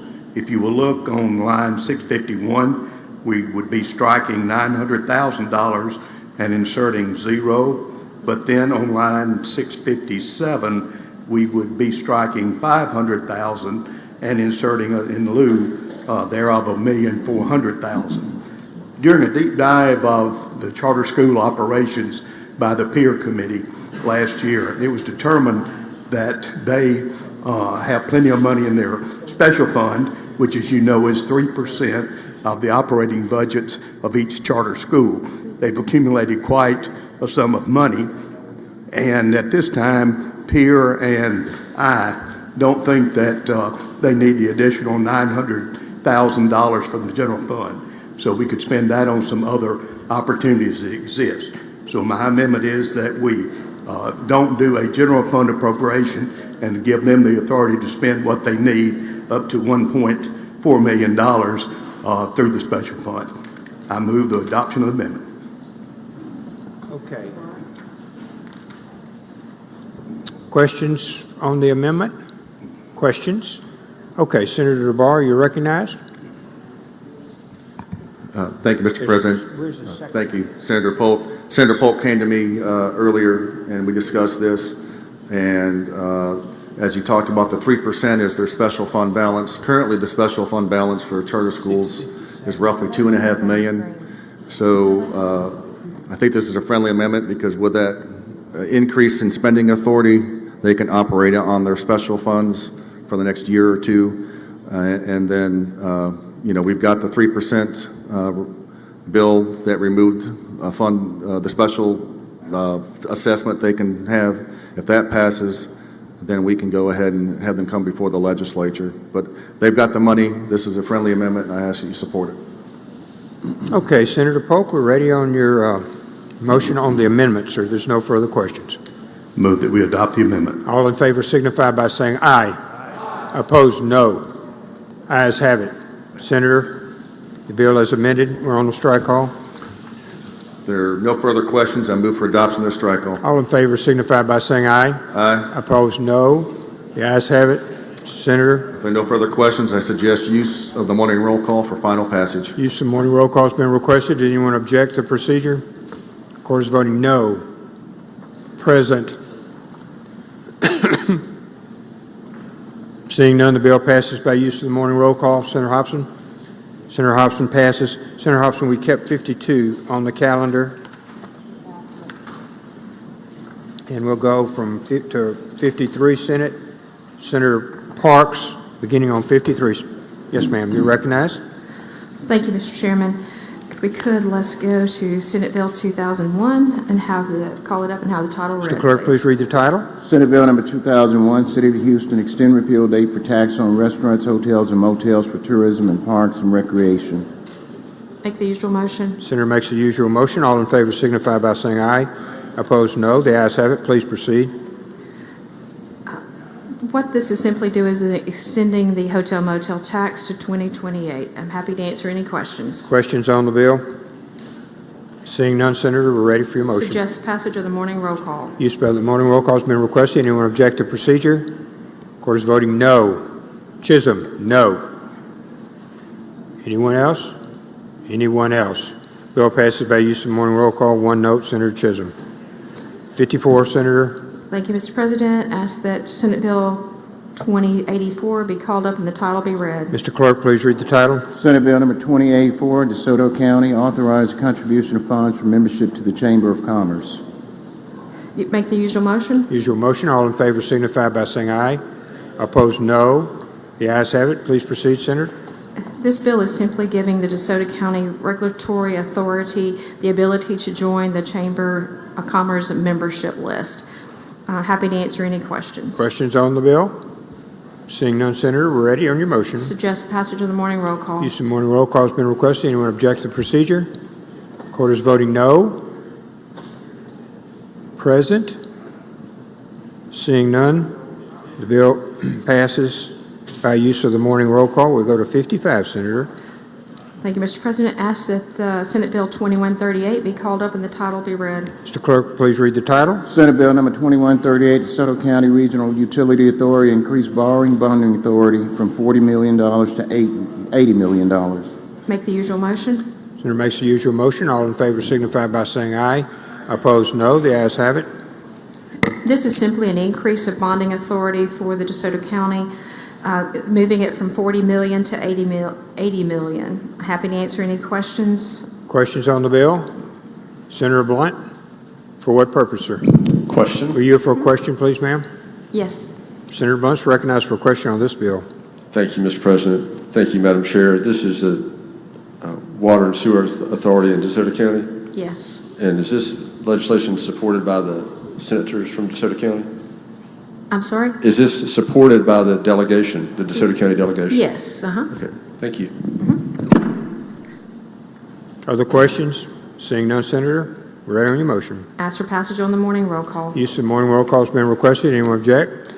Procedure, wish to call to vote no. Present. Seeing none, the bill passes by use of morning roll call. Next, Senator. Thank you, Mr. President. Ask that Senate Bill 2510 be called up and the title be read. Mr. Clerk, please read the title. Senate Bill number 2510, Neshoba County Authorized Board to donate funds to support Philadelphia Transit. Ask for the usual motion. Senator, all in favor signify by saying aye. Opposed, no. Senator. What this bill is simply doing is allowing Neshoba County to give an annual up to $10K to the Philadelphia Transit. It repeals in 2028. Happy to answer any questions. Senator Barnett.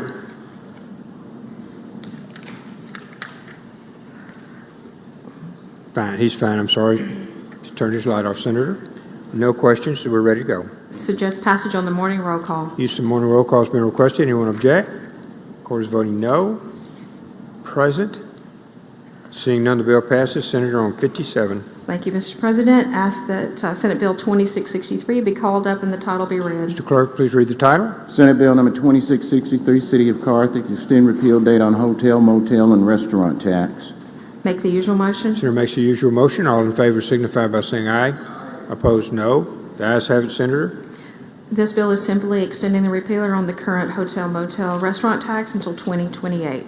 Happy to answer any questions. Questions on the bill? Seeing none, Senator, we're ready for your motion. Suggest passage on the morning roll call. Use of morning roll call has been requested. Does anyone object? Wish to be recorded as voting no. Chisholm, no. Anyone else? Present? Passes by use of morning roll call, 1 no vote. Senator? Thank you, Mr. President. Ask that Senate Bill 2925 be called up and the title be read. Mr. Clerk, please read the title. Senate Bill number 2925, Bolivar County authorized contributions to Bolivar County Community Action Agency and Fannie Lou Hamer Breast Cancer Foundation. Make the usual motion. Senator makes the usual motion. All in favor signify by saying aye. Opposed, no. The ayes have it. This bill is simply authorizing up to $100K to the Lou Hamer Breast Cancer Foundation. Happy to answer any questions. Questions on the bill? Seeing none, Senator. Suggest passage on the morning roll call. Use of morning roll call has been requested. Anyone object to procedure? Council voting no. Present. Seeing none. Bill passes by use of the morning roll call. 59, Senator. Thank you, Mr. President. Ask that Senate Bill 2983 be called up and the title be read. Mr. Clerk, please read the title. Senate Bill 2983, City of Philadelphia, authorized governing authorities to donate funds to support Philadelphia Transit. Make the usual motion. All in favor signify by saying aye. Opposed, no. The ayes have it. Please proceed. This is authorizing the City of Philadelphia to make a one-time contribution in the amount not to exceed $10K to the Philadelphia Transit. And as you know, this is a nonprofit organization. Happy to answer any questions. Questions on the bill? Seeing none, Senator. Request passage of the morning roll call. Use of morning roll call has been requested. Anyone object to procedure? Or is voting no? Present? Seeing none, the bill passes by use of the morning roll call. Number 60, Senator. Thank you, Mr. President. Ask that Senate Bill 2984 be called up and the title be read. Mr. Clerk, please read the title. Senate Bill number 2984, Jackson County and City of Pascagoula, extend repeal on the Point Crabs Foundation and authorize increased contribution. Make the usual motion. Senator makes the usual motion. All in favor signify by saying aye. Opposed, no. The ayes have it, Senator. This is authorizing Jackson and the City of Pascagoula to extend the current repealer on the La Ponte Crabs Foundation, which is authorizing up to from $50K to $75K annually for maintenance. Happy to answer any questions. Questions on the bill? Seeing none, Senator, we're ready for your motion. Passage on the morning roll call. Use of the morning roll call been requested. Anyone object to procedure? Court is voting no. Present? Bill passes by use of the morning roll call. Senator on 61. Thank you, Mr. President. Ask that Senate Bill 3060 be called up and the title be read. Mr. Clerk, please read the title. Senate Bill 3060, City of Pearl and Rankin County authorize annual contributions to Trustmark Park not to exceed $1.5 million in the aggregate. Make the usual motion. Usual motion. All in favor signify by saying aye. Opposed, no. The ayes have it. Please proceed. This is authorizing the City of Pearl and Rankin County to contribute $750K each, not to exceed $1.5 million to the Trustmark Park annually. Happy to answer any questions. Questions on the bill? Seeing none, you're ready for your motion? Ask for passage on the morning roll call. Use of morning roll call has been requested. Anyone object to the procedure? Court is voting no. Present. Bill passes by use of morning roll call. Senator 62. Thank you, Mr. President. Ask that Senate Bill 3062 be called up and the title be read. Mr. Clerk, please read the title. Senate Bill number 3062, Marshall County authorized contributions to various organizations. Make the usual motion. All in favor signify by saying aye. Opposed, no. The ayes have it. This is simply authorizing Marshall County to contribute $50K, not to exceed $75 to the ICHS Head Start and $150K to the Northeast Mississippi Community College Services annually. Happy to answer any questions. Questions on the bill? Seeing none, Senator. Passage on the morning roll call. Use of morning roll call has been requested. Does anyone object? Wish to be recorded as voting no. Present. Seeing none, the bill passes by use of morning roll call. Senator, on 62. Thank you, Mr. 63, President. I'm sorry. Ask that Senate Bill 3082 be called up and the title be read. Mr. Clerk, please read the title. Senate Bill 3082, Lowndes County increase amount that may be contributed annually to the United Way. Make the usual motion. All in favor signify by saying aye. Opposed, no. The ayes have it. This is authorizing the annual contribution not to exceed $150K annually to the United Way of Lowndes County. Happy to answer any questions. Questions on the bill? Seeing none. Suggest passage on the morning roll call. Use of morning roll call has been requested. Anyone object to the procedure? Court is voting no. Present. Bill passes by use of morning roll call. Senator, on 64. Thank you, Mr. President. Ask that Senate Bill 3100 be called up and the title be read. Mr. Clerk, please read the title. Senate Bill number 3100, Lee County, authorized lease between County Economic Development Authority and East Central Community College for Workforce Training Center. Make the usual motion. Senator makes the usual motion. All in favor signify by saying aye. Opposed, no. The ayes have it. Please proceed, Senator. This is authorizing Lee County to an agreement of 8 acres with East Central Community College for construction of a workforce training center. Happy to answer any questions. Questions? Seeing none, Senator, we're ready for your motions. Passage on the morning roll call. Use of the morning roll call has been requested. Anyone object? Should be recorded as voting no. Present. Seeing none, it passes by use of the morning roll call. Senator 65.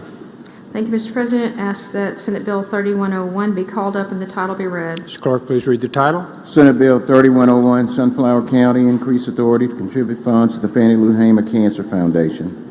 Make the usual motion. Senator makes the usual motion. All in favor signify by saying aye. Opposed, no. The ayes have it. Please proceed. Authorizing Sunflower County to contribute not to exceed $50K annually to the Lou Hamer Cancer Foundation. Questions? Seeing none, Senator. Passage on the morning roll call. Use of the morning roll call has been requested. Anyone object to the procedure? The court is voting no. Present. Bill passes by use of the morning roll call. 66, Senator. Thank you, Mr. President. Ask that Senate Bill 3102 be called up and the title be read. Mr. Clerk, please read the title. Senate Bill 3102, Hancock County Port and Harbor Commission authorized to contribute to Pearl River Community College County Tuition Assistance Program. Make the usual motion. Senator makes the usual motion. All in favor signify by saying aye. Opposed, no. The ayes have it. Please proceed. This is simply authorizing the contribution of $150K to the Pearl River Community College by the Hancock County Port for students who have resided in Hancock County. Happy to answer any questions. Questions on the bill? Seeing none. Senator. Ask for passage on the morning roll call. Use of the morning roll call has been requested. Anyone object to procedure? Court is voting no. Present. Bill passes by use of the morning roll call. 67, Senator. Thank you, Mr. President. Ask that Senate Bill 3103 be called up and the title be read. Mr. Clerk, please read the title. Senate Bill 3103, Lauderdale County, extend authorization of assessments on misdemeanor convictions and non-adjudications. Make the usual motion. Senator makes the usual motion. All in favor signify by saying aye. Opposed, no. The ayes have it. At this time, I'd like to ask Senator Tate to explain the bill. Senator Tate, you're recognized to explain the bill.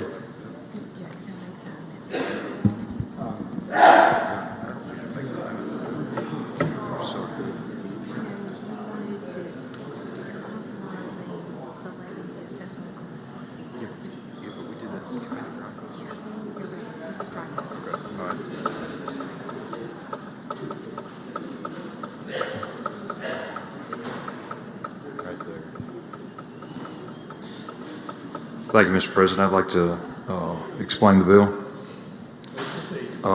This is simply extending a repealer from to 2028, where there's a $25 fee on all misdemeanor justice court convictions. There was one amendment that we made in committee.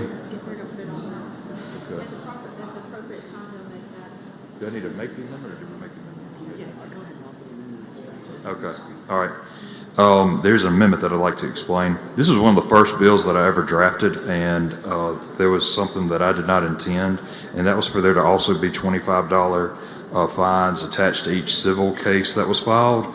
And so my amendment would be that we delete the language that allows for civil cases. So this would just be to those that are convicted of misdemeanors, a $25 fine, and then those convicted of DUIs to get a $50 fine.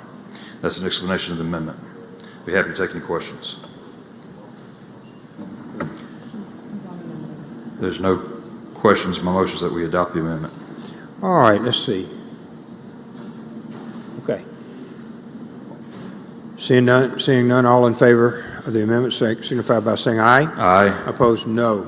The ayes have it, Senator. Thank you. If there's no other questions, my motion is that we adopt by use of the morning roll call. Use of the morning roll call has been requested. Anyone object to the procedure? Those voting no. Present. Thank you, Senator Tate.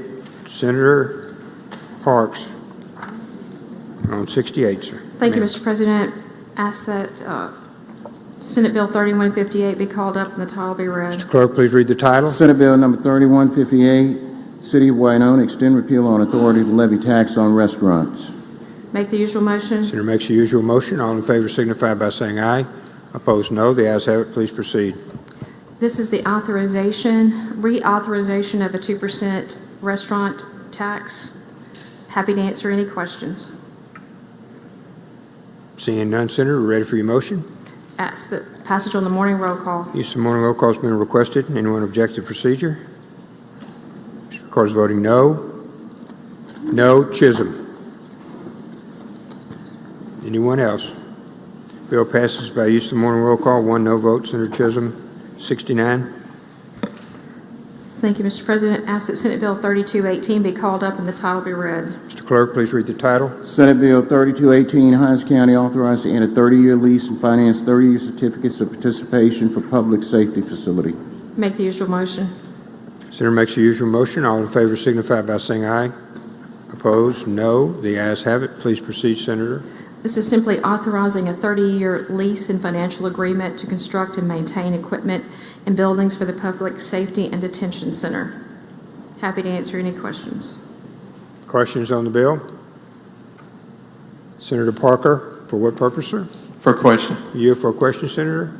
Yes, sir. Please proceed, Senator Parker. So this is a detention center within the city of Jackson. Is this within the CCID, or is this just within the city of Jackson? Or do you know the boundary of it? We don't know the background. Don't know where it is? We just know it's in Hinds County.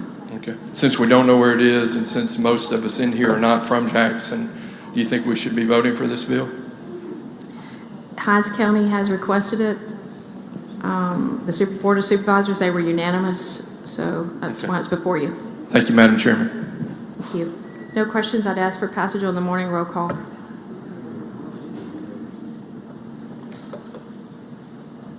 I'm sorry, Senator, what was that? I'd ask No other questions, I'd ask for passage on the morning roll call. Seeing no other questions, use of the morning roll call has been requested. Anyone object to the procedure? Court is voting no. Present? Present. Chisholm. Anyone else? Anyone else? Bill passes by use of the morning roll call. One present. 70, Senator. Thank you, Mr. President. Ask that Senate Bill 3081 be called up and the title be read. Mr. Clerk, please read the title. Senate Bill 3081, City of Florence, extend repeal on bar and restaurant tax. Usual motion. Pass the usual motion. All in favor signify by saying aye. Opposed, no. The ayes have it. Please proceed. This is authorizing the extension for the City of Florence. It is a repealer for a 2% restaurant tax. Happy to answer any questions.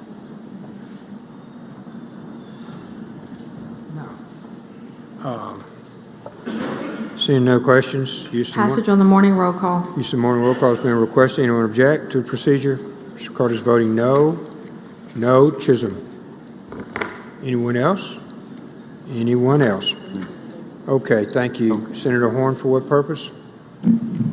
Thank you, Mr. President. Without objection, I'd like to be added as a co-author on item number 69, Senate Bill 3218.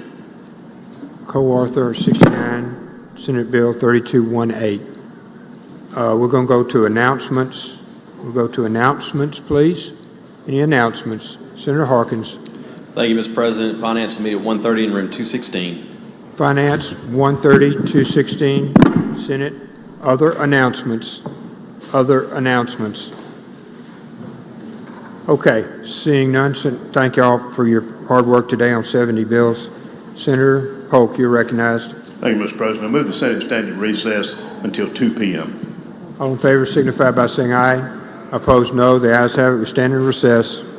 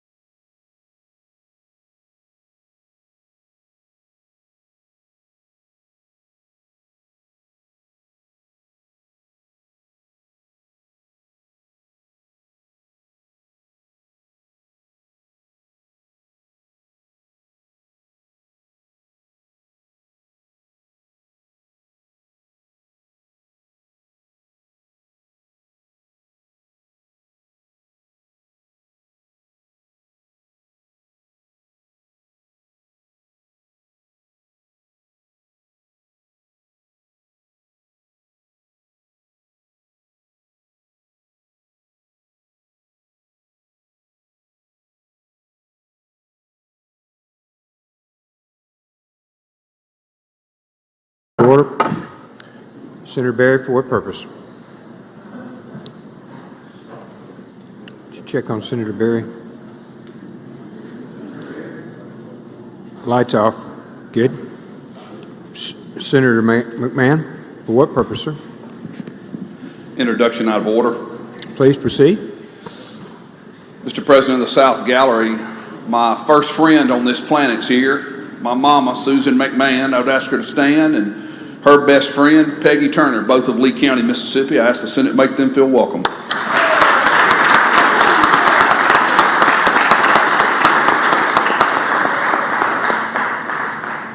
Thank you. Thank you very much. Welcome. We're glad you're here. Appreciate you coming with your son.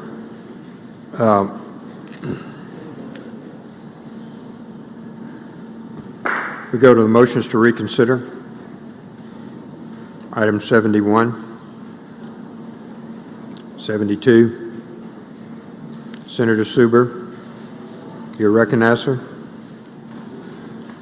Thank you, Mr. President. I'd like to go to item 72, House Bill 1123, and have the title read. Mr. Clerk, please read the title. House Bill number 1123, MDOT, authorizes the transfer and conveyance of certain real property to Greene County Board of Supervisors. I'll make the usual motion. All in favor signify by saying aye. Opposed, no. The ayes have it. I move to reconsider the bill, or the vote by which the bill passed. All in favor signify by saying aye. Opposed, no. Ayes have it. Senator Suber.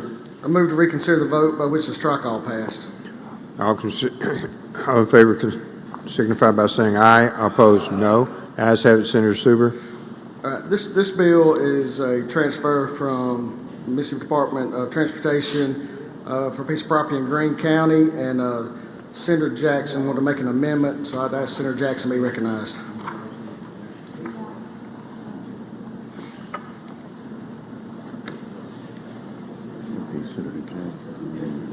Pardon me?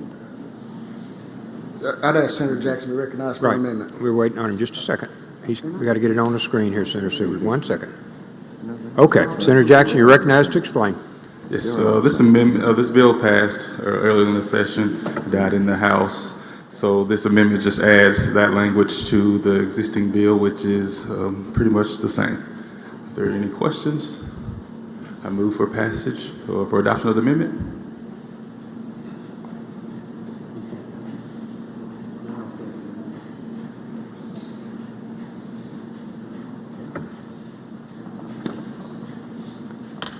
All right, Senator, we're ready for your motion, sir. Move for adoption of the amendment. All in favor signify by saying aye. Opposed, no. The ayes have it. Thank you, Senator. Senator Suber. I move to adopt the strike-all as amended. Motion to adopt the strike-all. All in favor signify by saying aye. Opposed, no. The ayes have it, Senator. Suggest use of the morning roll call for final passage. Anyone object to the procedure? Because voting no. Present. Seeing none, bill passes. Thank you, Senator. 73, 74, 75, and 76. Senator Michelle, you're recognized. I'd like to go to item 73 and ask that the title be read. Mr. Clerk, please read the title. House Bill number 819, insurance, remove filing fee on auto cancellation or non-renewal appeals and exempt lifeline applicants from pre-licensing requirements. I'd like to reconsider the vote by which House Bill 819 passed for purposes of offering an amendment from Senator Hobson.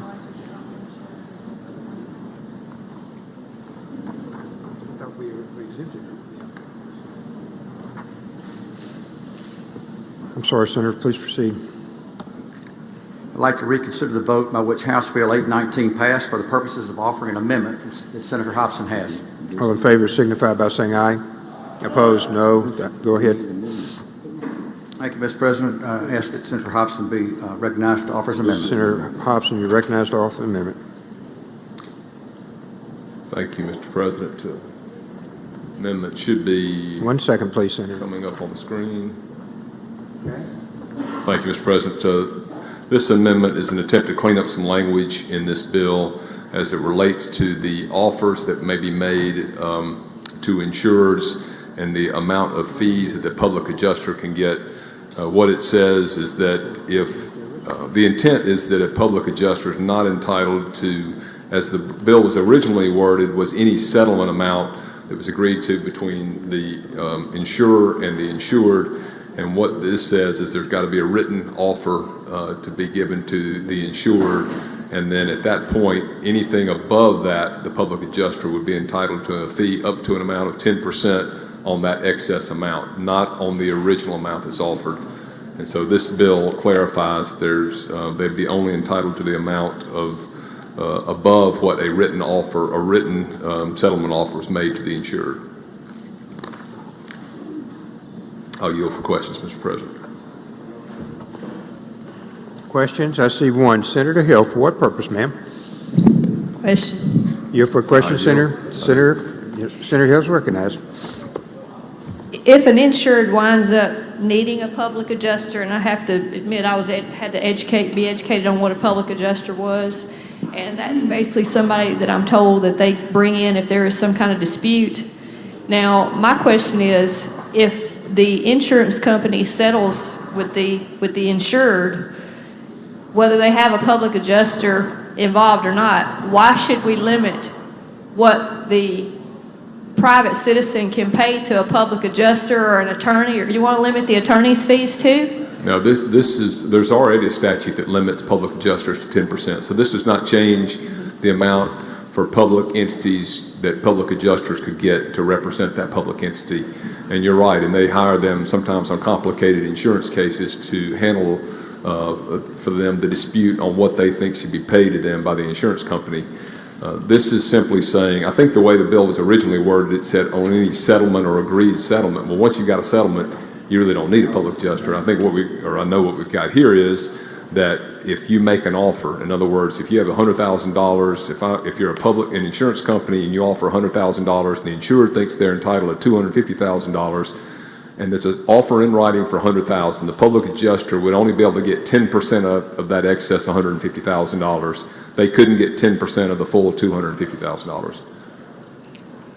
But why should we as a government even decide? I mean, this is underlined, so that's why I thought it was new law, the 10%. But I'm wondering, why are we limiting to what somebody can pay for services for somebody that they may have to engage to try to help settle their insurance dispute? That's my question. The law already says that you can hire a public adjuster and they can't get more because these are public properties. You can't get more than the 10%, but it's not clear. And I think what the insurance commissioner, I believe Senator Michelle is the one that brought this bill forward, if I'm not mistaken. I'm not positive of that, but I think the insurance commissioner was the one that brought it forward.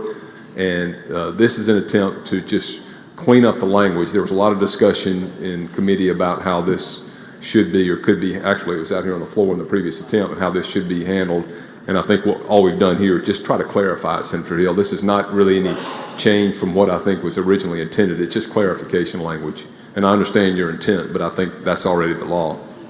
Well, whether it's law or not, I'm still questioning why we as a government would tell somebody what they can pay anybody that they're contracting for services for. I mean, do we want to say that they can't get a certain amount of fee from a lawyer? Yep. If we want to set the limits, I mean, other than tort reform, that's the only limit I've ever known that we've set that has to do with any type of litigation. But anyway, I appreciate you answering my questions. And I came in late and I apologize for that. That's okay. And I think some of those questions were addressed the first time we debated this. I'll yield further questions, Mr. President. Okay, other questions? Thank you, Senator Hill. Seeing none, Senator. My motion is to adopt the amendment. All in favor signify by saying aye. Aye. Opposed, no. The ayes have it, Senator. Back on final passage. Thank you, Mr. President. I move final passage as amended House Bill 819 by use of the morning roll call. Use of morning roll call has been requested. Anyone object to procedure? Court is voting no. Present. Present. Hill. Anyone else? Anyone else? Seeing none, the bill passes by use of the morning roll call. 74. Senator Hobson.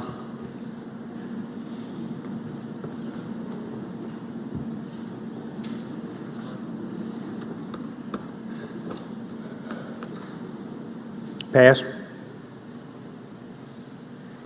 75, Senator Bryan. I ask that the title be read. Mr. Clerk, please read the title. House Bill number 1068, county medical examiners required to enter information electronically. I move we reconsider the vote by which the bill passed. All in favor signify by saying aye. Aye. Opposed, no. The ayes have it, Senator. Mr. President, the reason I asked the Senate to reconsider this vote is that there's an amendment proposed by Senator Barrett. It's a bill that previously went to Judge A. We both consulted with the chair of Judiciary A, and the chair of Judiciary A does not object to the amendment being added to this bill. And so at this point, I would ask the chair to recognize Senator Barrett, and I'm not sure procedurally if we need to reconsider the strike all or how this amendment, I just don't know how this amendment's drafted. Back before the body, Senator, so it would be on an amendment and then approving the bill again. Is this an amendment to the strike all?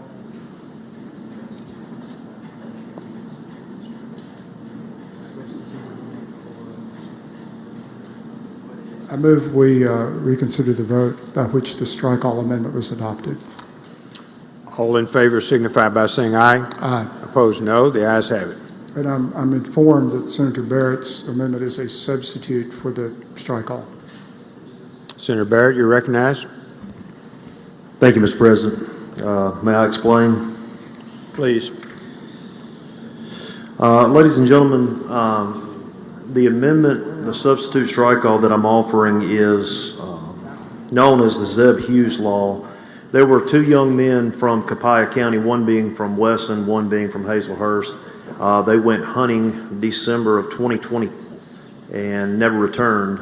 Their boat was found, guns, ammunition, other items that they took out with them to scout for ducks that morning, and they never returned. Their parents have attempted to get a death certificate since then. They have exhausted all of their remedies through county medical examiners, district attorney's office, sheriff's departments, state agencies. And ultimately what they did was they filed a petition with the court for a death certificate, and they were granted a court order for this death certificate. However, the Mississippi Department of Vital Statistics does not accept that court order because the statute says you cannot get a death certificate until after 7 years. So what the bill or amendment before you would do would offer someone the opportunity to petition a court of competent jurisdiction to go before that court, and importantly, they would have to prove by clear and convincing evidence, which is a higher standard than is a preponderance of the evidence, that their loved one was in fact deceased, and if they were able to prove so accordingly after notifying the requisite parties, which would include the local district attorney's office, the Mississippi Department of Vital Statistics, all these people that you have to notice pursuant to Mississippi Rules of Civil Procedure. If you did that within 2 years, the loved one would be able to get a death certificate. And in the case before me, before you guys, Zeb Hughes and Gunnar Palmer, they have now been deceased for almost 4 years. And when people ask me, why is this such a huge issue, it allows the parents some closure. I don't think it has anything to do with inheritance or any kind of laws of succession. It has everything to do with closure. So, Mr. President, that is an explanation of the bill, and I would yield for any questions. Questions? You're on the strike all or amendment there, Senator. I think this is the substituted strike all. Okay. So I would move to adopt this, Mr. President. Okay, let's go to questions then. Senator Simmons, for what purpose? Question, Mr. President. Please proceed. Thank Thank you, Mr. President. Senator Barrett. Yes. I really support what you are trying to do, and it's a strike all or substitute to the amendment. When you say 2 years, is that 2 years after the death that you petitioned the court, or 2 years after the order is actually granted by the court, will you be able to get the death certificate? Yeah, so if you will look in... And I don't have it before. Line 262, the hearing to review the evidence shall be held no less than 2 years after the catastrophic event. Thank you. Yes. Thank you, Mr. President. We have 262 on the screen, sir. Hold on.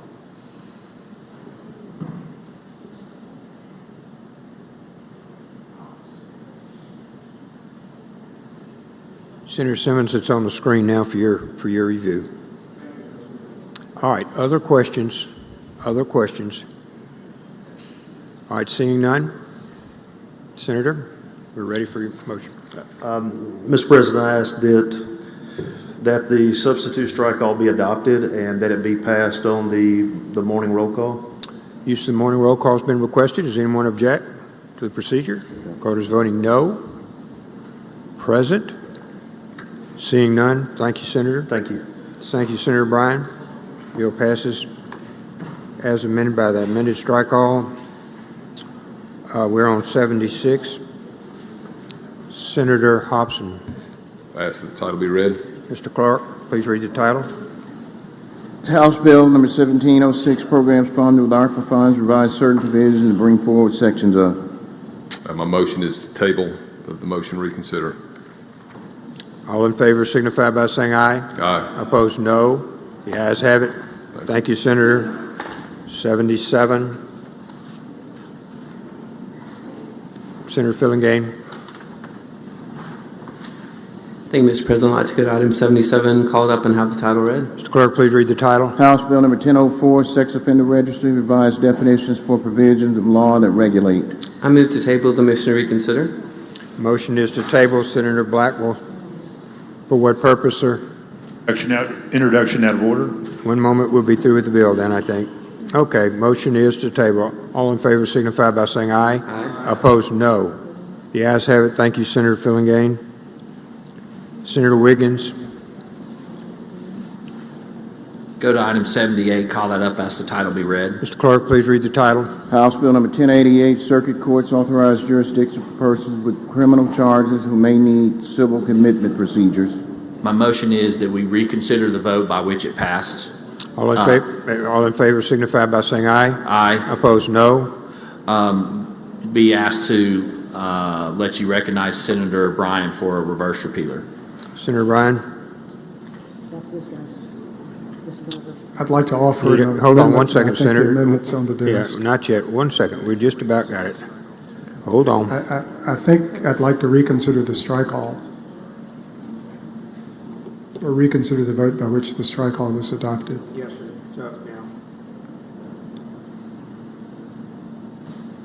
Okay. It's on the screen, sir.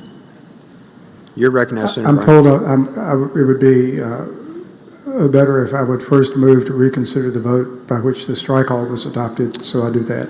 All in favor signify by saying aye. Aye. Opposed, no. The ayes have it, Senator. Now you're ready. And now I'd like to be recognized to offer an amendment. It's the amendment that's on the screen. I move adoption of the amendment. I'd like to explain. You're recognized to explain the amendment. This bill provides for circumstances under which a circuit judge would be holding a hearing about commitment in a criminal case. This is an area that's within the realm of the expertise of chancellors. They hold these hearings all the time. A circuit judge would be holding a hearing on an irregular basis and would not have to have the same expertise that a chancellor might have. On the other hand, there's an argument that this would be a more efficient way to deal with this relatively rare circumstance. And so having said all that, the chair was nice enough to suggest that perhaps a reverse repealer would solve the problem. And that would also ensure that this bill's in conference. There are other bills with the same code sections that are going to be in conference. So I think that'd be a valuable thing. Having said that, I move adoption of the reverse repealer. Questions on the amendment? Seeing none. All in favor signify by saying aye. Aye. Opposed, no. The ayes have it. We're back on the bill, Senator.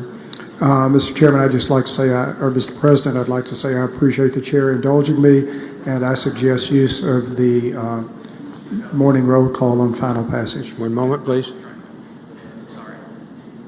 I have to adopt the strike? I'm told I should move to readopt the strike all. I think that's correct, Senator. Thank you. All in favor signify by saying aye. Aye. Opposed, no. The ayes have it. Now we're ready, Senator. Morning roll call. Some morning roll call has been requested. Anyone object? According voting no. Present? Seeing none. Passes by use of the morning roll call. We go to 79. Senator Wiggins. Go to item 79, call that up, ask the title be read. Mr. Clerk, please read the title. House Bill number 783, Child Custody Required Presumption of Joint Custody and Equal Parenting Time. My motion is that we table the motion to reconsider, and I will state that there is a reverse repealer in this. There has been some discussion, particularly with Senator Hobson, about getting the proper language to address the joint custody options that we're doing in this bill. There's a reverse repealer, so my motion is that we table the motion to reconsider. All in favor signify by saying aye. Opposed, no. The ayes have it. 80. Senator Blunt. Thank you, Mr. President. Go to item and have title read. Mr. Clerk, please read the title. House Bill number 774, Mississippi Mobile Sports Wagering Act, create to legalize online race book and online sports pool betting. My motion is to table the motion to reconsider, and I'd ask to be recognized to briefly Recognized to briefly explain. The bill that was held on the motion simply brings forward the code sections that were in the bill originally passed by the House. There is no new language. I anticipate the House will invite conference when we send this back over to them. I'm happy to answer any questions, and if there are no questions, again, my motion is to table. Senator Hill, for what purpose? Question. You yield, Senator? Yes. Senator Hill, you're recognized for a question on the bill. Thank you. I believe you said it just brings forth code sections. What I'm looking at on the screen's got double underline section. Isn't that a House floor amendment? We took, I can't speak for what's in the short title, but in the text of the bill itself, we simply took the code sections that were in the House bill, took out any new language, and left those code sections as they exist in current law. Okay, but I'm looking at what's underlined to impose a fee. Okay, they got the wrong thing on there. Was I looking at the wrong thing? Let me confirm with you for counsel. Pardon? Because they just changed what I was looking at. Let me confer, counsel, real quick. To That answer your question. double underline that's in this bill? House floor amendment. Is that what we're passing, or are we passing just a code section? We are just passing the code sections. The strike-all amendment, which I... So they must have had the wrong thing on the screen, maybe? Yes, I believe they Because it was a whole paragraph of double underline? I believe, Senator Hill, I believe you were looking at the bill that passed the House. The strike-all amendment that was adopted in the committee is just the code sections. Thank you. Okay. Other questions? Seeing none, all in favor signify by saying aye. Opposed, no. Senator Blunt, you've got, the ayes have it.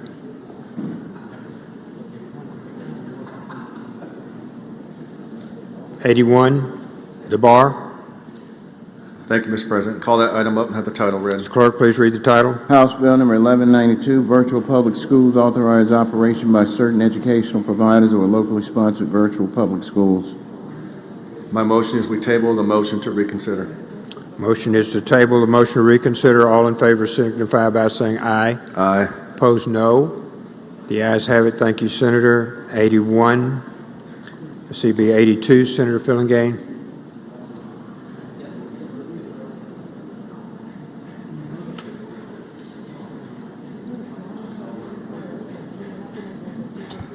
Thank you, Mr. President. Let's go to item 82, call it up and have the title read. Mr. Clerk, please read the title. House Bill number 1323, Statute of Limitations increased for sexual battery of a vulnerable person.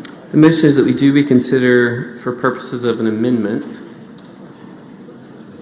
All in favor signify by saying aye. Aye. Opposed, no. Please If you'll proceed. recognize Senator Sparks for the amendments. Senator Sparks? Thank you, Mr. President. Thank you, Mr. Chairman. Move that we reconsider the substitute 1 with an amendment of a reverse repealer. 1 second. Okay. The reverse repealer's up, Senator Sparks. If there aren't any questions, I'd move for adoption of the amendment.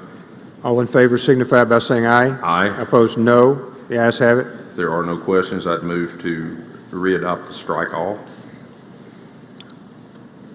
All in favor signify by saying aye. Aye. Opposed, no. The ayes have it. If there are no further questions, I would move for passage on the morning roll call.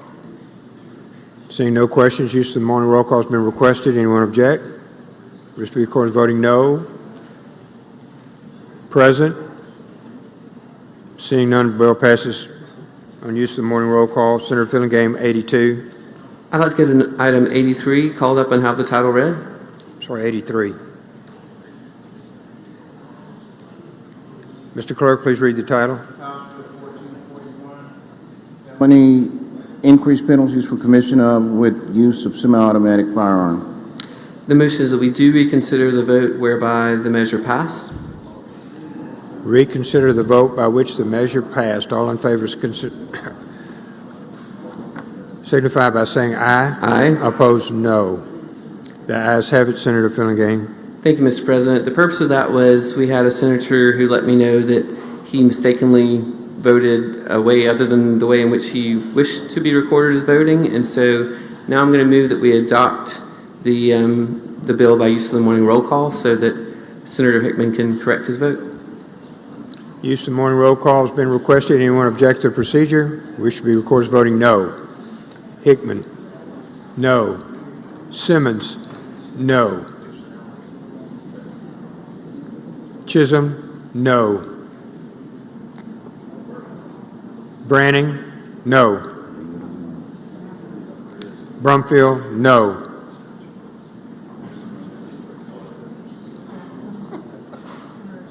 Jackson, no.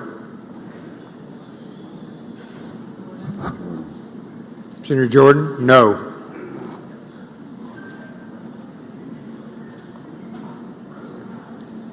Anyone else? Senator Tate, present. Branning? Present. I'm sorry. Branning is present, not a no vote. She's present. Anyone else? Bill passes by use of the morning roll call. Thank you, Senator. Senator Polk on 84. Thank you, Mr. President. I'd like to call up 84 and ask the title be read. Mr. Clerk, please read the title. 1944 nonprofit corporation require annual reports to be filed with Secretary of State. Mr. President, my motion is that we table the motion to reconsider. All in favor signify by saying aye. Opposed, no. The ayes have it. Thank you, Senator Polk. 85. Senator Michelle. Thank you, Mr. President. I'd like to go to item 85 and ask that the title be read. Mr. Clerk, please read the title. House Bill number 1489, ambulance services, provides for payment for treatment in place and provide for a minimum reimbursement rate in health insurance policies. My motion is that we reconsider the vote by which House Bill 1489 passed, and I'd like to be recognized to explain the reason for that. Please proceed, Senator. In yesterday's cross-examination from Senator McCon, he made some good points, and we have an amendment we think will help this bill, and we've talked with the governor's office, and it probably will prevent it from being vetoed, and I think you'll like the amendment, and I ask that that Senator McClendon be recognized to explain the amendment. Well, we have to have the vote first to reconsider, Senator. Make your motion. I'm sorry. The motion is to reconsider the vote by which House Bill 1489 passed. All in favor signify by saying aye. Opposed, no. Okay, Senator. I think it's a strike all. All right, it was a strike all, Mr. President. I reconsider the vote by which the strike all was passed. All in favor signify by saying aye. Opposed, no. Okay, Senator. Thank you, Mr. President. I ask that Senator McClendon be recognized to offer an amendment. Amendment on the bill. Senator McClendon. Thank you, Mr. President. I move we call up the committee amendment, and I would like to offer a substitute amendment in lieu thereof. And I'd like to be recognized to explain the substitute. It's on the screen, Senator. You're recognized. This is the same substitute from yesterday, other than it's, this time, offer an amendment to this substitute. And what it does is, on line 91, subsection 6, section 1, this section shall apply to all contracts described in this section that are entered into or renewed on after July 1st, 2024. Our legal department here in the Senate got with the governor's legal department, and they agreed that this would clean up this bill. I want to thank Senator McCon for bringing up his concerns about contracts. And if there aren't any questions, I move we adopt the amendment to the substitute. Questions? Senator Turner Ford, for what purpose? I have a question. Were you for question, Senator McClendon? Yes, ma'am. Senator, you're recognized. Turner Ford. Thank you, Mr. President. Thank you, Senator. I thought the strike all amendment on yesterday applied to those places where there were no contracts. Am I misunderstanding? Yes, ma'am. But isn't that what the strike all amendment said, for those areas where there were no, where the municipality or the county did not have an ambulance service contract, it set the reimbursement rate?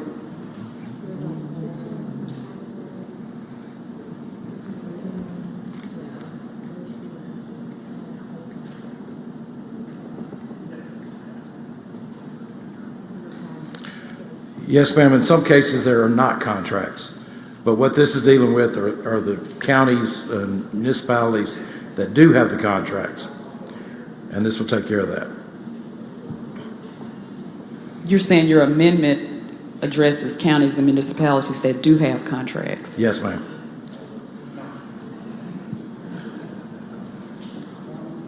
But am I correct in my recollection that the applicable portion of the amendment did address counties and municipalities where there were no contracts? Were we attempting to modify existing contracts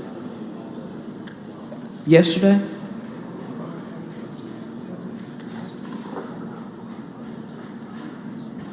What our intention is that we make sure we don't modify current contracts with this amendment. And so the applicable section that deals with counties and municipalities that do not have contracts will remain in place? Then the portion of the 325% of what Medicare pays is what could be billed. Thank you. Yes, ma'am.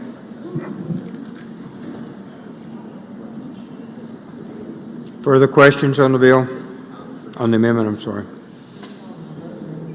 Seeing none, we recognize you, Senator. I move we adopt the substitute. All in favor of the amendment, all in favor signify by saying aye. Opposed, no. Let's try that one more time. All in favor of the amendment signify by saying aye. Aye. Opposed, no. The ayes have it. Thank you, Senators. If there's no further questions, I move the final passage by use of the morning roll call. Use of morning roll call has been requested. Anyone object to that procedure? Court is voting no. Present. Khan, present. Turner Ford, present. Seeing no one else, bill passes by use of the morning roll call as amended.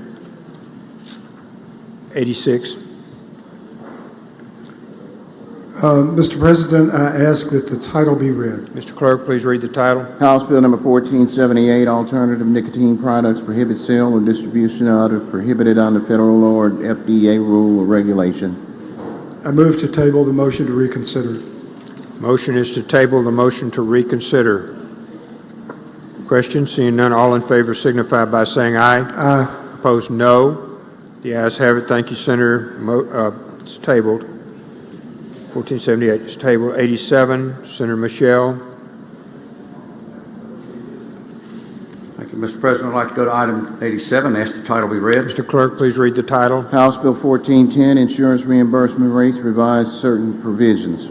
Move we table the motion to reconsider. Motion is to table the motion to reconsider. Questions? Seeing none, all in favor signify by saying aye. Opposed, no. The ayes have it. Thank you, Senator Michelle. Senator Wiggins, 88, please, sir.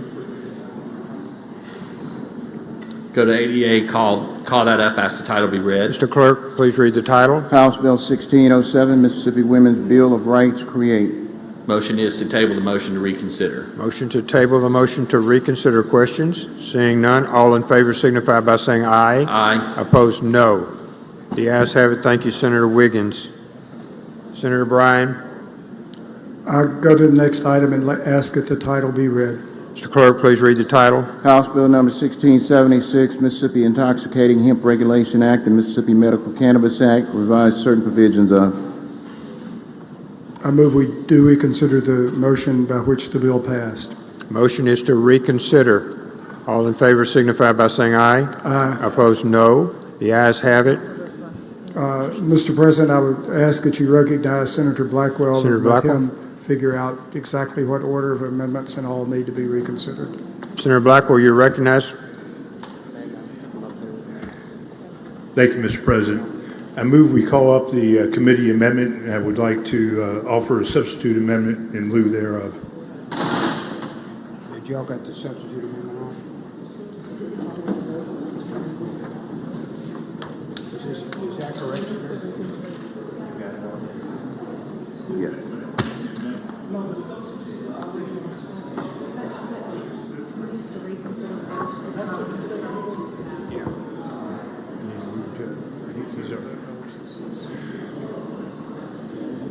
Mr. President, I'd like to move that we reconsider the vote by which the substitute passed. All in favor signify by saying aye. Aye. Opposed, no.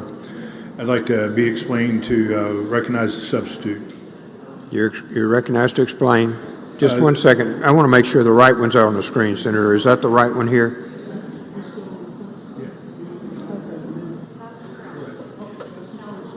All right.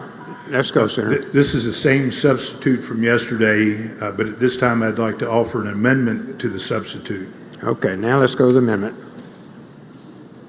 1 moment, Senator. Thank you, Mr. President. This amendment does three things. One, it strikes some language that people had some concern with as far as merchandising in the bill. So we're removing that language. And we're also, when we talked to the Department of Health about these, they also recommended changing, making the change and deleting the words and or hemp on line 624, as well as changing shall to may on line 1209. And that's an explanation of the amendment. Okay. Senator Hill, for what purpose? I have a question. Question, Senator, will you yield? Senator Yes. Hill is recognized for the question. So is this is the language about the merchandising and about the advertising that you're taking out? What's the other thing that you're changing on lines 1209? I couldn't hear you. We're taking out the words and or hemp, and it refers to acquire, growing, cultivating, and harvesting medical cannabis and or hemp in an indoor enclosed facility. And if you understand, remember yesterday I said this is kind of complicating because we're talking about hemp, intoxicating hemp, and then the medical cannabis. So hemp is grown outdoors, it's not grown indoors, and so we're just making sure we make that correction. Okay. Are you aware that the health department has sent letters out to folks that are in the medical cannabis program that have been violating the statutes as far as advertisement, things of that nature of what you're taking out of the bill today? I know they're in charge of it. I don't know. I'm not aware of all the actions that they've taken. I just saw an email that came out that some were in violation of the advertising ban. They weren't doing what they were supposed to do as far as what they were allowed to do. And I was told that there was one company that was at the St. Patty's Day Parade that had tents set up and were advertising out there. So my concern is that this is a 160-page strike-all yesterday that you brought out, a floor strike-all, and now we're amending the strike-all because it had some stuff in there that expanded the medical cannabis program. Would you be opposed to, would you be opposed to putting a reverse repealer in this to give us some more time to look at these code sections, because this was such a large strike all that we just saw yesterday. And quite honestly, I want to look at it more closely than I've had time to. Yes, I would be opposed. Chairman Yancey worked with me and worked with the committee, worked with the Department of Health, the Department of Revenue to come up with this. And the reason it's so thick is we had to open up other code sections in order to get everything accomplished. And you're familiar with that. All of us come in here, we have a little bill, it ends up this 2 inches thick just because we have to open up code sections. Well, this one's already 160 pages. So, I just wonder what the harm would be to give people a little bit more time to look at it that may have some other concerns with it. But I appreciate your taking my question. Thank you, ma'am.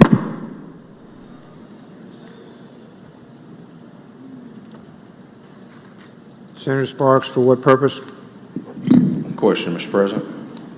You have a question, Senator? Yes, I will. Senator Sparks is recognized. Thank you, Mr. President. Thank you, Mr. Chairman. I appreciate you talking to me yesterday about this and striking the language on the merchandising. I didn't have a chance to read the 161 pages. I have since had a chance to read the 161 pages. I'm going to ask the same question Senator Hill asked.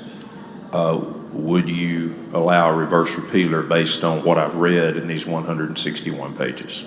Well, we'd like to move the bill along if that's possible. I'm going to offer an amendment for a reverse repealer based on what I've read in the last 24 hours. I'm trying to let the author offer that if he would prefer. Go ahead and offer it. I won't oppose it.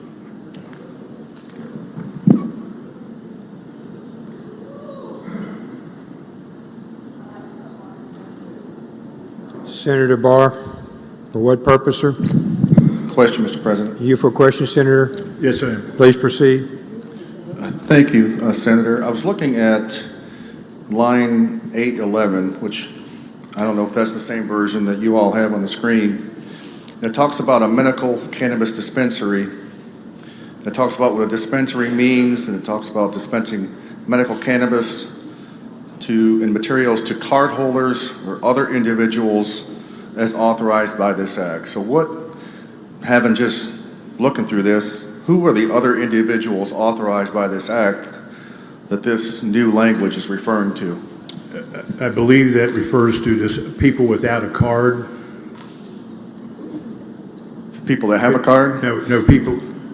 So we've got two different programs. So you got the medical cannabis program in which you have to have a card to purchase product. The intoxicating hemp is you do not have to have a card. So that's what this pertains to.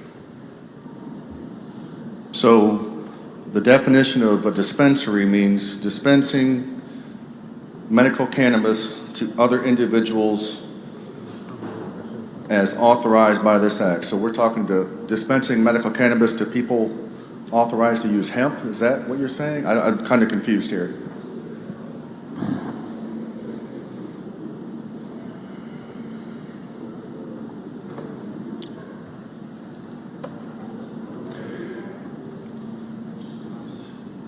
It's the definition of what a medical cannabis dispensary is. Right, and that's my question. It says a dispensary licensed right, and the to other possess, individuals store, transfer, sell of supplies or dispense medical cannabis, equipment, et cetera, to card holders or other individuals as authorized by this act. So we got card holders. Who are the other individuals that were the people that don't have cards who come in to get the intoxicating hemp product? So why wouldn't they have a card if they're authorized to receive medical cannabis? Why wouldn't you have a card? Because you don't have to have a card. Go down to the gas station right now. You can buy intoxicating hemp. You don't have to have a card. Well, I just lost my screen. I'm having Senator Bryan issues here. Okay. But That's not what the definition says. It just says dispensing medical cannabis to other individuals is authorized by statute. So why are we giving cannabis to people who don't have a card? We're not.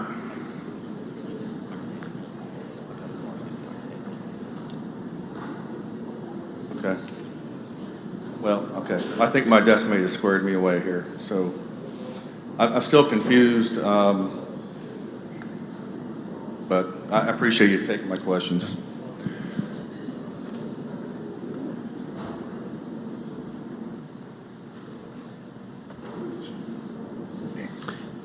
Okay, Senator Sparks, Just an amendment at the proper time. please bring it forward. Other questions on the bill? Senator, I believe we have to adopt yours first and then we'll adopt the amendment, or not. So I move we adopt the amendment to the substitute. All in favor signify by saying aye. Aye. Opposed, no. The ayes have it. Senator Sparks, you're recognized on an amendment to the amendment of the substitute.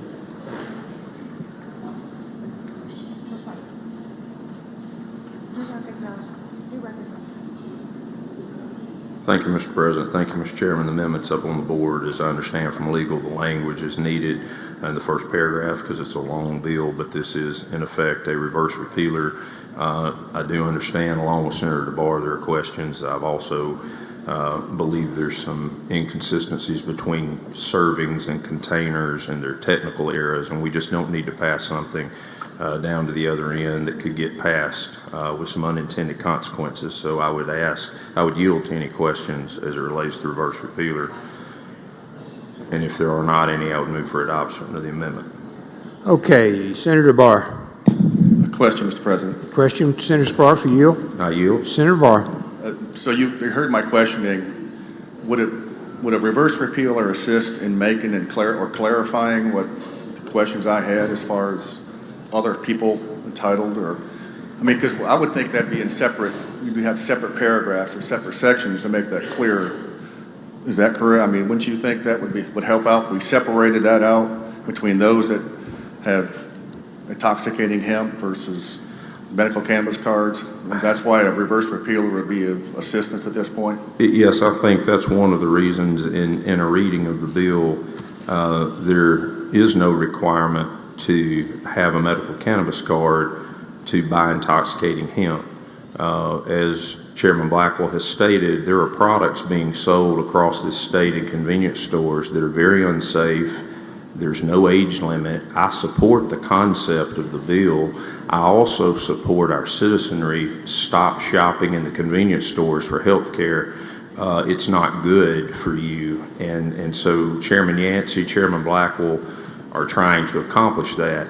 But in doing that, we're shifting the sale of this product over to a medical cannabis facility, which will have apparently a different section to shop for medical cannabis, which means you would have to have a card. So I assume they're going to set up a showroom in a different part that you can enter without a card, and you only get back at, I'm not going to mention video stores, except everybody here knows what that means. I guess there's going to be two sections to the store, but my concern is that there appears to be, and very possibly unintentional, that we have movements in 0.5%, 0.3%. We're talking about what defines intoxicating hemp, because if it's not intoxicating hemp, it's not being shifted over.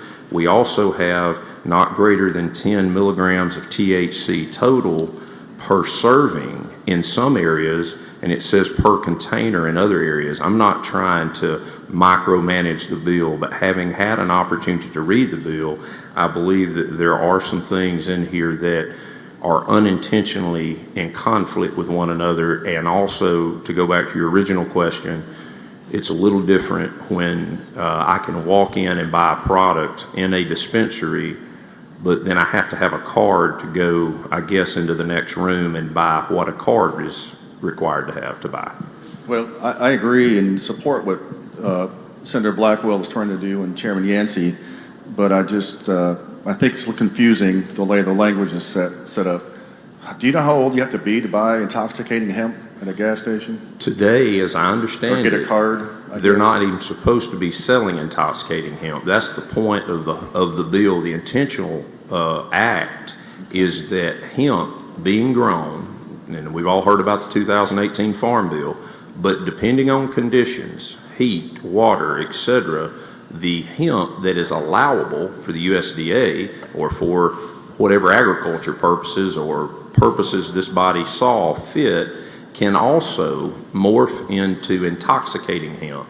And those things are being sold, and I hear this from across the state from our sheriffs, our chiefs of police, medical people, that there are products being sold in a convenience store that I could buy just as easy as a Snickers bar that is, in fact, intoxicating, and some of it beyond intoxicating. And that's what they're trying to do, is my understanding of the purpose of the bill. But today, as I understand it, there is no age limit on what is actually intoxicating hemp that is working under names that are supposedly legal in the convenience store world. Thank you, Senator Sparks. Thank you. Further questions? Okay, we're on the amendment. I would move for adoption of the amendment, Mr. President. All in favor signify by saying aye. Aye. Opposed, no. No! We are division. Let's everybody go to the chair real quick. Mr. President, Yes. I'm sorry, you can speak if you want to. I apologize. Speak on the amendment, and then we'll vote. I'm sorry, I didn't have He an needs to opportunity speak on the amendment. Yeah, you do. To speak on the amendment. I'd encourage the body to go ahead and vote for the amendment.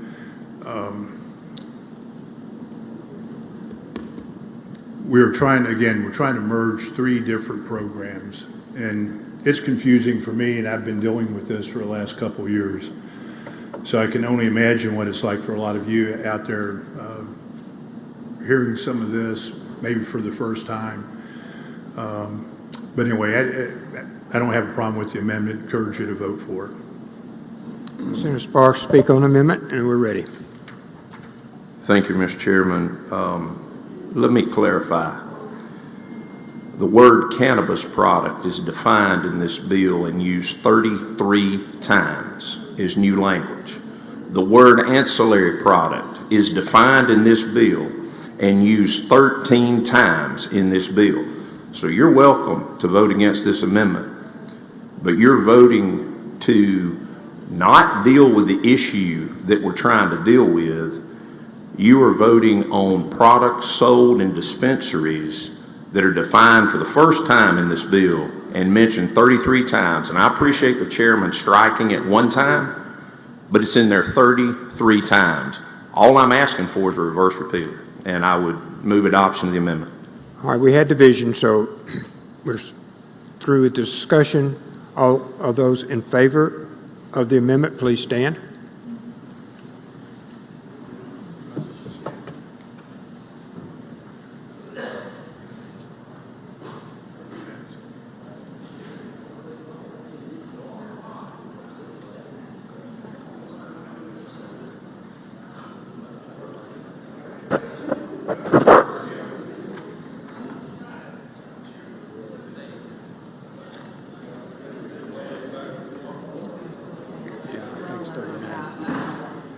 Opposed?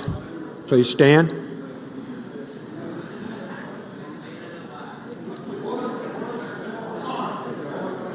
The amendment passes. Senator Blackwell. If no further questions, I move the final passage by the use of the morning roll call. We have one. Senator Delano, for what purpose? Question. Are you for a question, Senator? Yes, I will. Senator Delano, you're recognized. You know, I had a question for you a couple of months ago. I think it was before we got into session, when I was at a local bar at on the coast, and they were selling products behind the counter that was THC, or it says that it was THC products, and to come to find out it was actually either hemp or some kind of a delta or something like that. But it is known that these things will mess a person up. You have one or two of them, and it's definitely intoxicating. Is this bill intended to affect those type of products as well? It is. They would have to be sold in the dispensaries. And will it give the Department of the Health necessary authority to go out and enforce? The bill gives both the Department of Health, the Department of Revenue, that authority. Okay, thank you, Mr. Chairman. Thank you very much.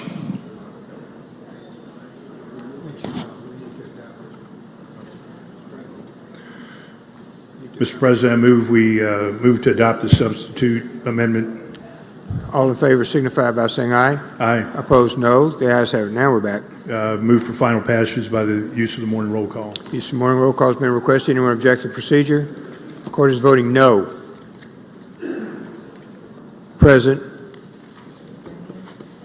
Present Hill. Present Branning. Present Jackson. Present Turner Ford. Brumfield. Tate. You got him? McCon. Chisholm. Butler. Horn. Jordan. Berry. Seymour. McClendon.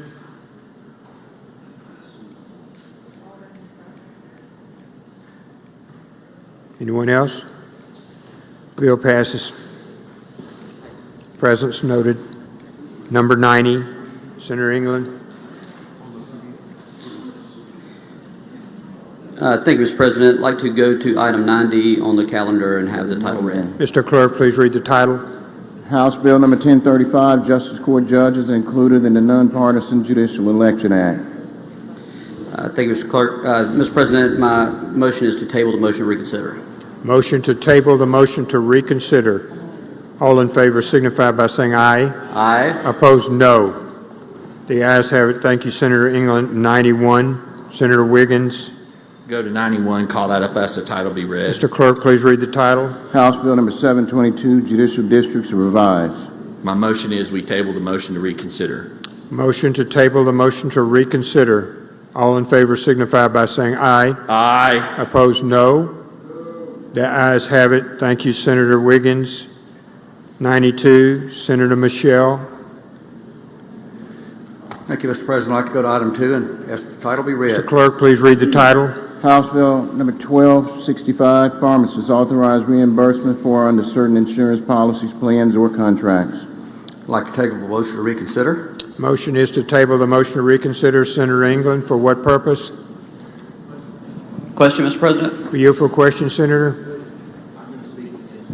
We're not there yet. President, I think on this, we have 5 minutes debate either side of it. Right, but do we answer? He's going to ask you. No, I'm not going to yield to any questions. Okay. Won't yield to the questions? That's correct. That is correct. Okay, all right, thank you. All right. I'll be glad to explain it, Mr. President.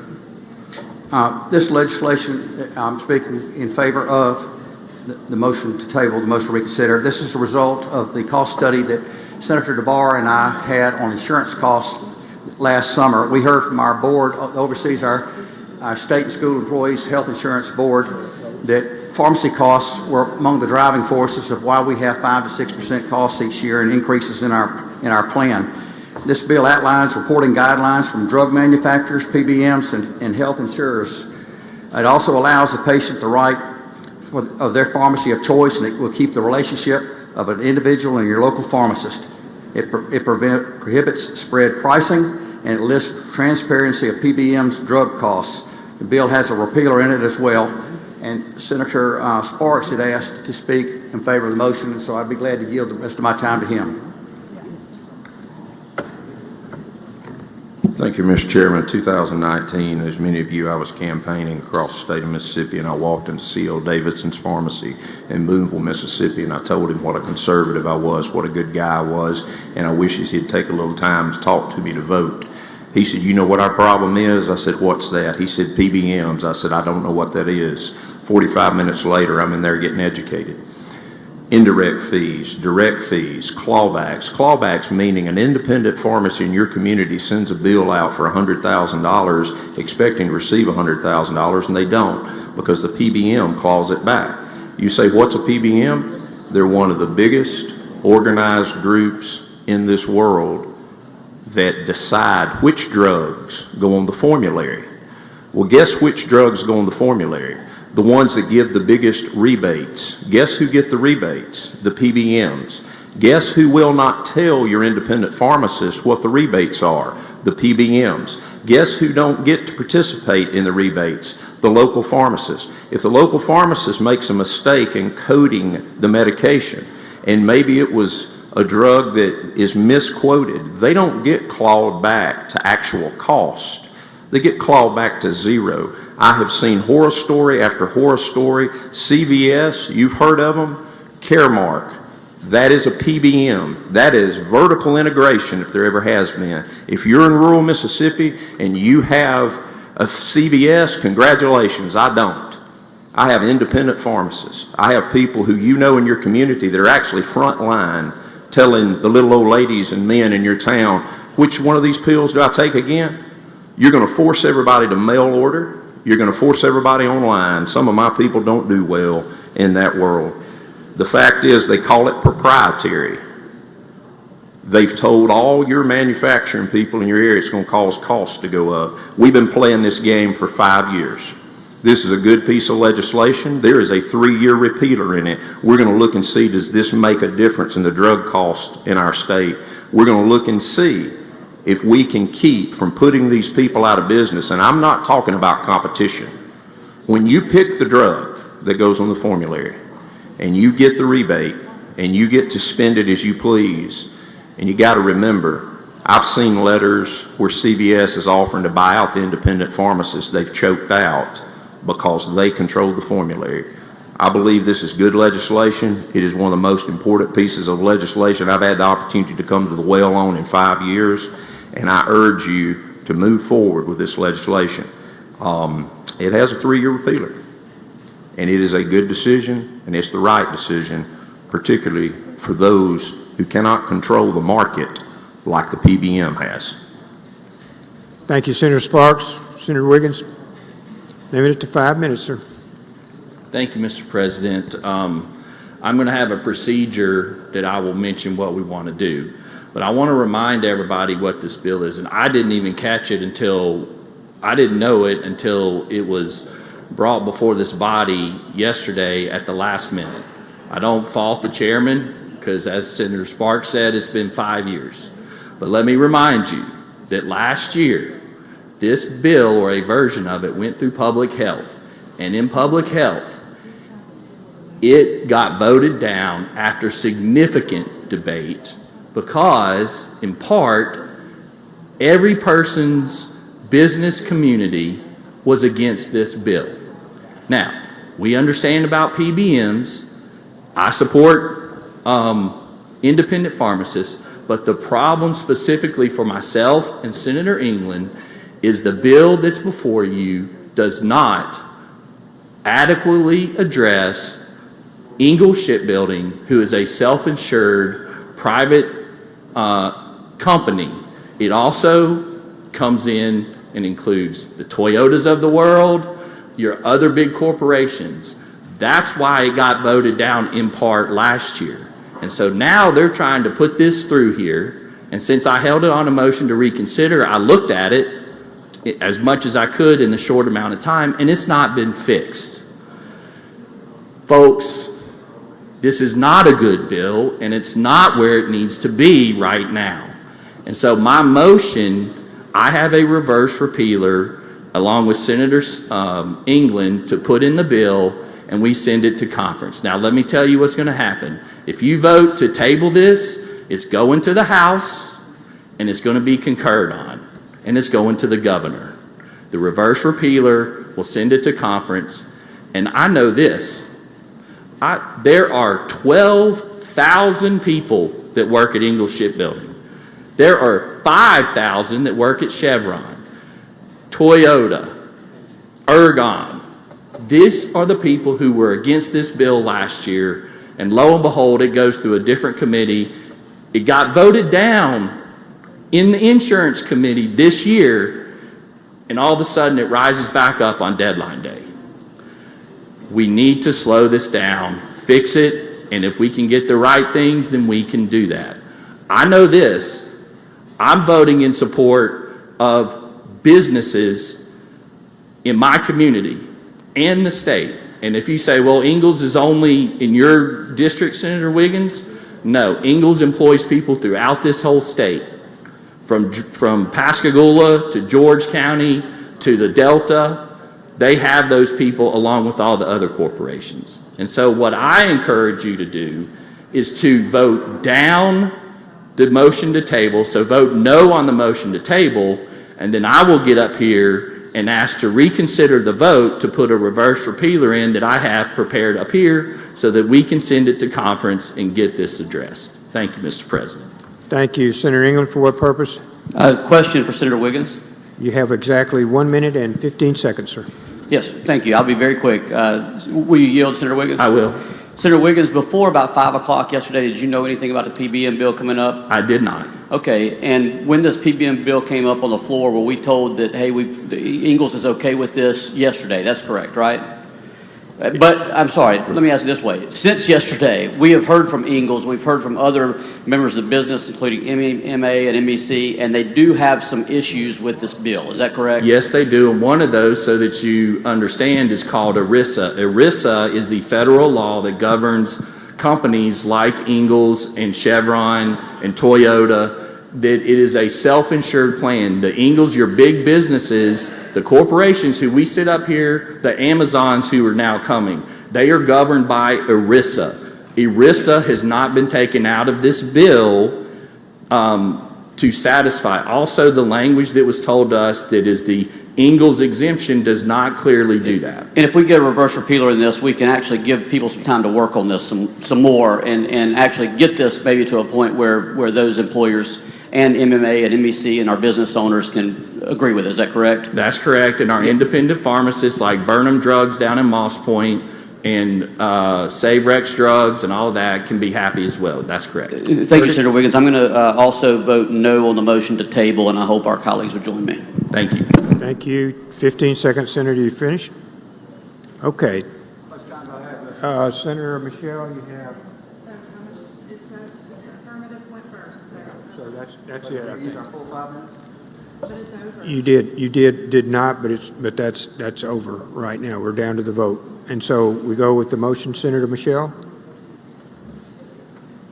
Table the motion. Motion is that we do table the motion to reconsider. Motion to table the motion to reconsider. All in favor signify by saying aye. Aye. Opposed, no. No. The ayes have it. Let's go. '93, Senator Wiggins.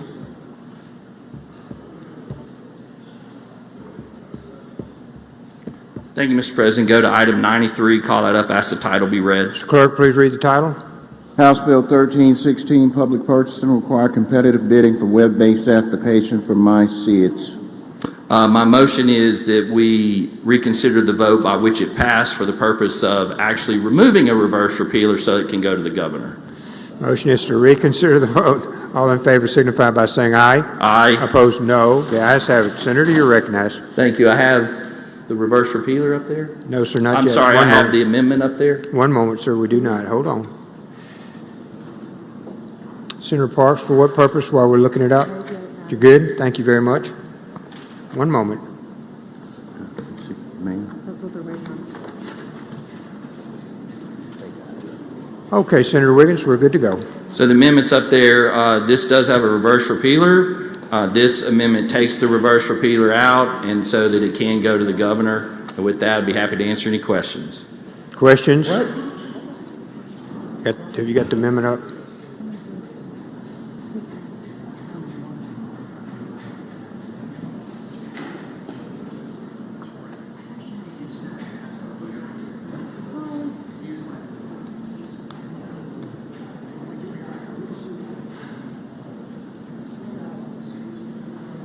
Sorry, Mr. President, I'm conferring with counsel. That's fine.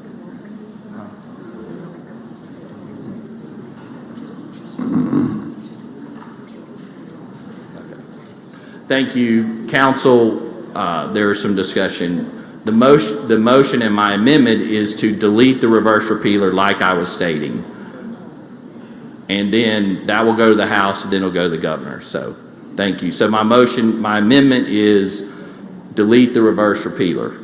All in favor signify by saying aye. Aye. Opposed, no. The ayes have it, Senator. My motion is to adopt, to pass the amended bill using the morning roll call. All in favor, I'm sorry, anyone opposed to utilizing the morning roll call? Quarter is voting no. Present. Bill passes, Senator Wiggins. Thank you. By use of the morning roll call as amended. Reverse repealer out. Senator Harkins, we're on 94. I'd like to skip item 94, have it retain its place on the calendar, go to 95, Senate Bill 2298, and have the title read. Mr. Clerk, please read the title. Senate Bill number 2298, bonds, raise maximum fee paid to state's bond attorney from $500 to $750 for validation and issuance of. On Senate Bill 2298, my motion is we do not concur and invite conference. All in favor signify by saying aye. Aye. Opposed, no. The ayes have it. Thank you, Senator. 96, Senator Harkins. 96 retains its place on the counter. Barnett. We're at 97, Senate. Thank you, Mr. President. Actually, we call up item number 97 on today's calendar and have a title read. Mr. Clerk, please read the title. 445, correctional system programs, extend repealers. Thank you, Mr. President. My motion is not to concur and invite conference. Motion is to not concur and invite conference. All in favor signify by saying aye. Opposed, no. Thank you, Mr. President. I ask that permission to suspend the rules, Mr. President, and skip down to item number 104 on today's calendar. One moment, Senator. Let's stay in order if we can, sir, if that's okay. I was just trying to get them all on. That's good. Let me ask, before we skip over Senator Harkins, I'd like to know if Senator Harkins, pass on 98, 99, and 100, sir? Okay. Senator Michelle? Senator Michelle? 101, pass and retain. Senator Sparks? Pass and retain. Senator Thompson? Senator Thompson, pass and retain. All right, Senator Barnett, we're good now. We're on the calendar. Thank you. Thank you, Mr. President. Actually, we call up item number 104 on today's calendar and have the title read. Mr. Clerk, please read the title. Senate Bill number 2448, Mississippi Earned Parole Eligibility Act, extend, repeal, and authorize parole for certain juvenile homicide offenders. Thank you, Mr. President. My motion is not to concur and invite conference. Motion not to concur and invite conference. All in favor signify by saying aye. Opposed, no. The ayes have it. Weak. Senator Harkins, pass and retain 105. Senate, we go to 106. 106, Senator Harkins, pass and retain. Senator Chasnall. Senator Chasnall, pass and retain. Senator Simmons. Senator Simmons, pass and retain. Senator Barnett. 109, sir. Thank you, Mr. President. Actually, we go to item 109 on today's calendar and have the title read. Mr. Clerk, please read the title. Senate Bill number 2700, state offenders serving sentences in county jails, repealer. Thank you, Mr. President. My motion is not to concur and invite conference. Motion not to concur, non-concurrence, and invite conference. All in favor signify by saying aye. Aye. Opposed, no. The ayes have it. Senator Sparks, pass and retain. Senator Harkins, pass and retain. 111, 112, Senator Parker, pass and retain. Senator England, pass and retain. Senator Johnson, pass and retain. Senator Whaley, 116, Senate. Thank you, Mr. President. I'd like to go to item 116, call it up, and have the title read. Mr. Clerk, please read the title. Senate Bill number 2652, wild turkey stamps required for wild turkey hunters 16 years of age or older.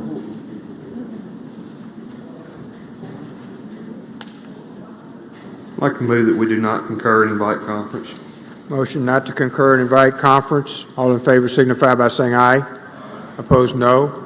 The ayes have it. Brian, pass and retain.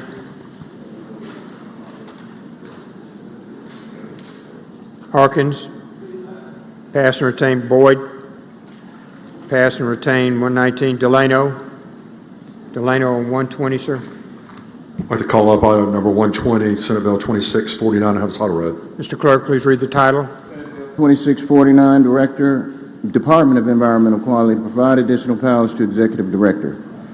I'd like to go ahead and concur with the House changes and be recognized to explain. You're recognized to explain the concurrence. Ladies and gentlemen, this is to help the permitting process.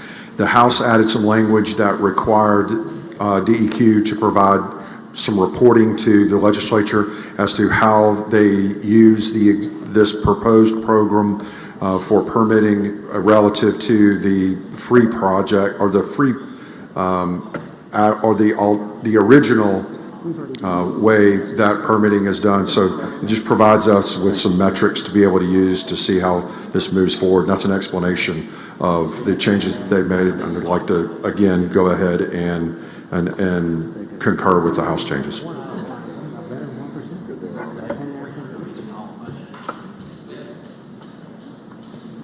Okay, Senator. We're ready on your motion. No questions. Motion would be to concur. All in favor signify by saying aye. Whoop. Is it on final? Use of the morning roll call for final. I'd like the use of the morning roll call for final passage. Thank you, Secretary. Use of the morning roll call has been requested. Anyone object? According to voting no. Present? Hill, present. Anyone else? Seeing none, bill passes. Thank you, Secretary. Senator Boyd? Pass and retain. Senator Harkins? Pass and retain. Senator Johnson? Pass and retain. Senator Chasnall? Pass and retain. Senator Hobson? Senator Hobson's on 125, Senate. Thank you, Mr. President. My motion is we take up items 125, we take up item 125, and I ask that the title be read. Mr. Clerk, please read the title. Senate Bill number 2170, appropriation additional to Department of Health. My motion is we do not concur but invite conference. Not to concur and invite conference. All in favor signify by saying aye. Aye. Opposed, no. The ayes have it. Thank you, Senator Hobson. Senator Wiggins. Pass and retain. Senator Hobson. Back Now, on my 127. motion is to take up items 127 through 147 in block. 127 through 147 in block. Senate 127 through 147 in block. I'll give you 1 second to look.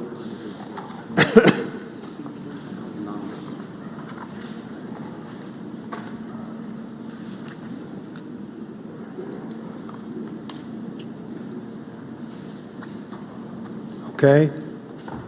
Anyone? Okay. All in favor signify by saying aye. Aye. Opposed, no. The ayes have it. We're taking up 127 through 147. Titles. Mr. Clerk, please read the title. Those titles full. Senate Bill number 3006, appropriation IHL general support. Senate Bill number 3007, appropriation IHL subsidiary programs. Senate Bill number 3008, appropriation IHL all corn state agricultural programs. Senate Bill number 3009, appropriation IHL Mississippi State University Agriculture and Forestry Experiment Station. Senate Bill number 3010, appropriation IHL Mississippi State University Cooperative Extension Service. Senate Bill number 3011, appropriation IHL Mississippi State University Forest and Wildlife Research Center. Senate Bill number 3012, appropriation IHL Mississippi State University Veterinary Medicine College of. Senate Bill number 3013, appropriation IHL Student Financial Aid.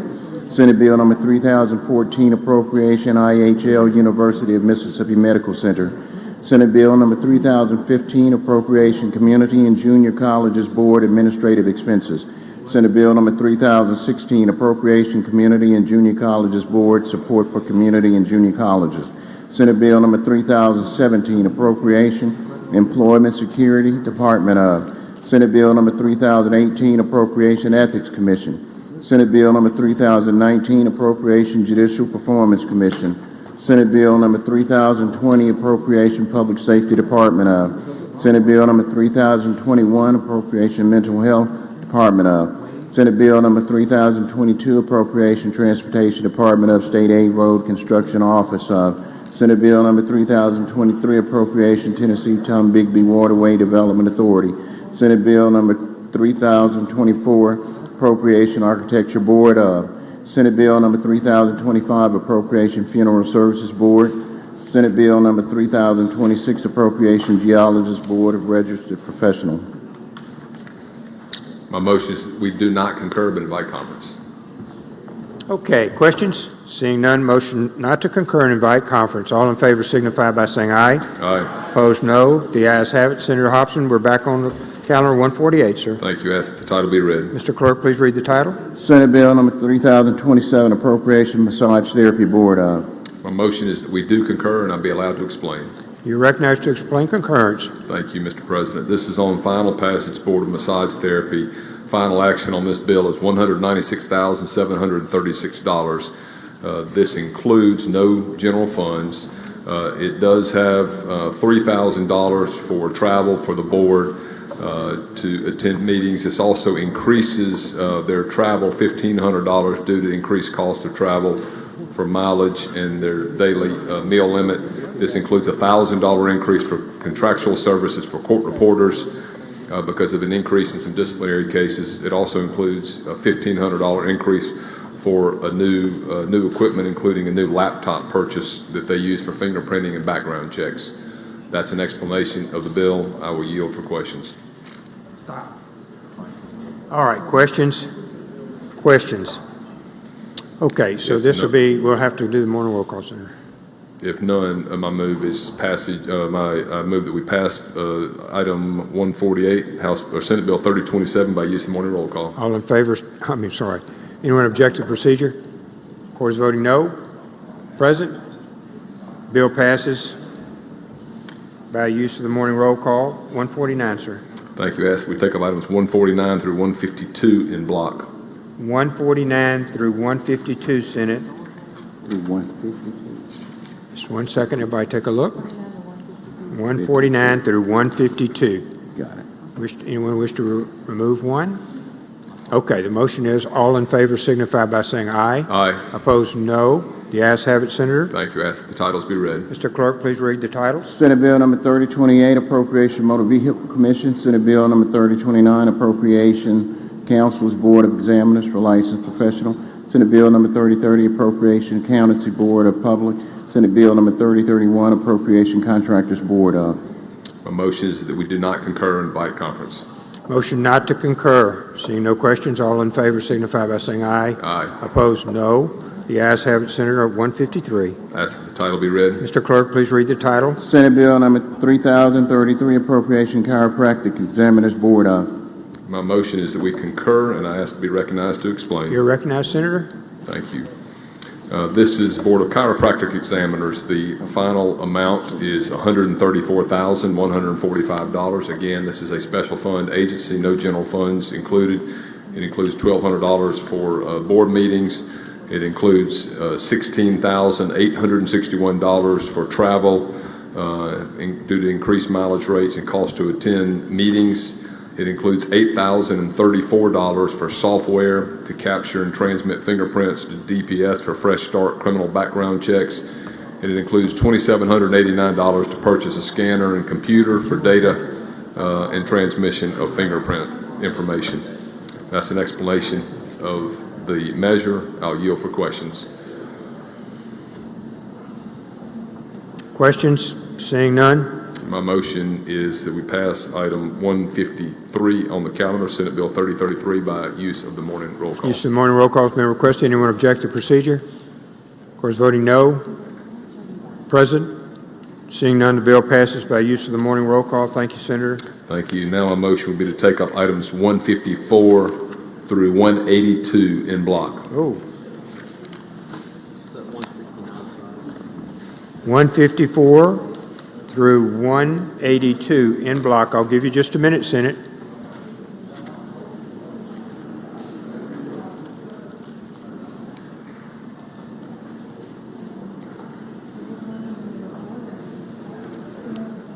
Did I hear him say?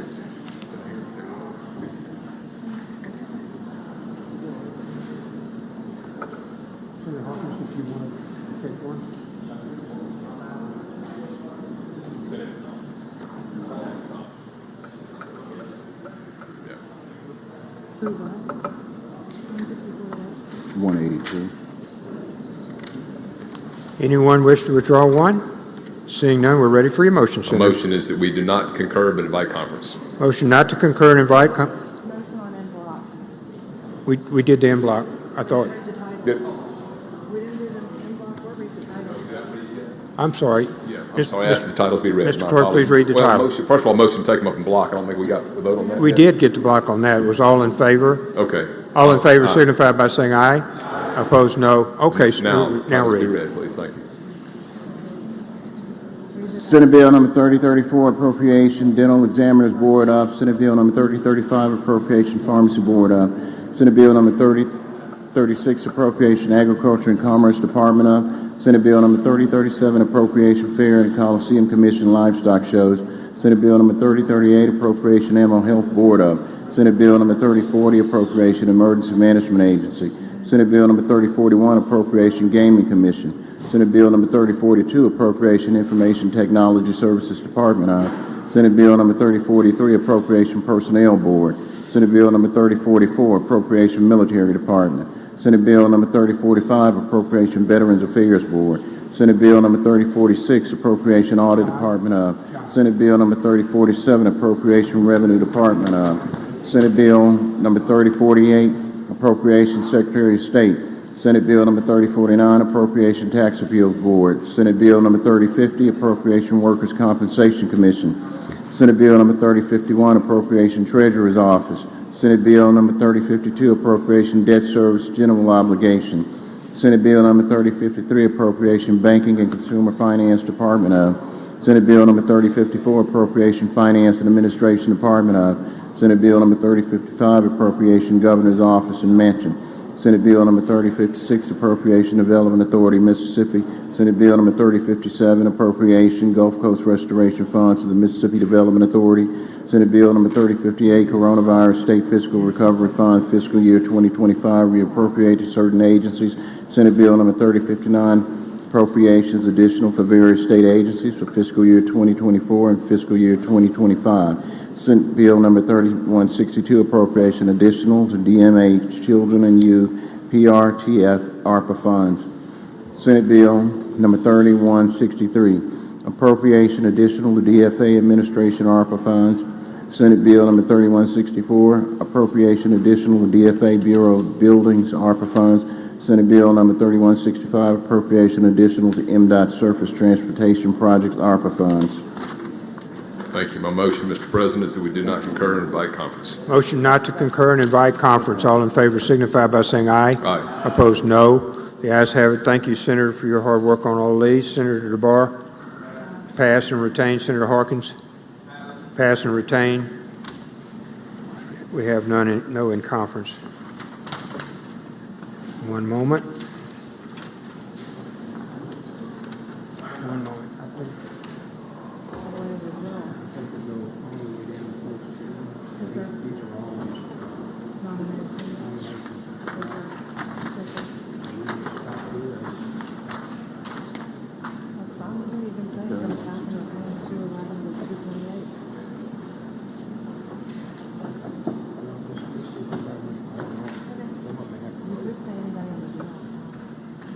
Okay, that brings us down to 211 on the general calendar, and I'll just ask, most of these are advising consent, I see here. So I'll just ask quickly, Senator Polk. I'd ask the Senate 212 down to 217, Senator Polk. Pass and retain Senator Branning. Pass 218 and 219, Senator DeBar. Pass and retain Parker. Senator Parker, pass and retain. Okay. Okay. Anyone else on the calendar? Anyone else? Okay, announcements. Go to announcements. Senator Kirby. Thank you, Mr. President. I'd like to call a Rules Committee meeting today in the Pro Tem's office 5 minutes after recess. Thank you, Senator Kirby. Other announcements? other announcements? Thank you very much on deadline day for working so hard on all the bills that you've done here today. We appreciate that. We have a few to finish early, hopefully in the morning, and get everybody back to their regular jobs. Senator Polk. Thank you, Mr. President. Move the Senate stand in recess until 5 p.m. today, at which time the Journal will reflect that we're adjourned until 9 a.m. tomorrow. All in favor signify by saying aye. And by opposed, no. The ayes have it.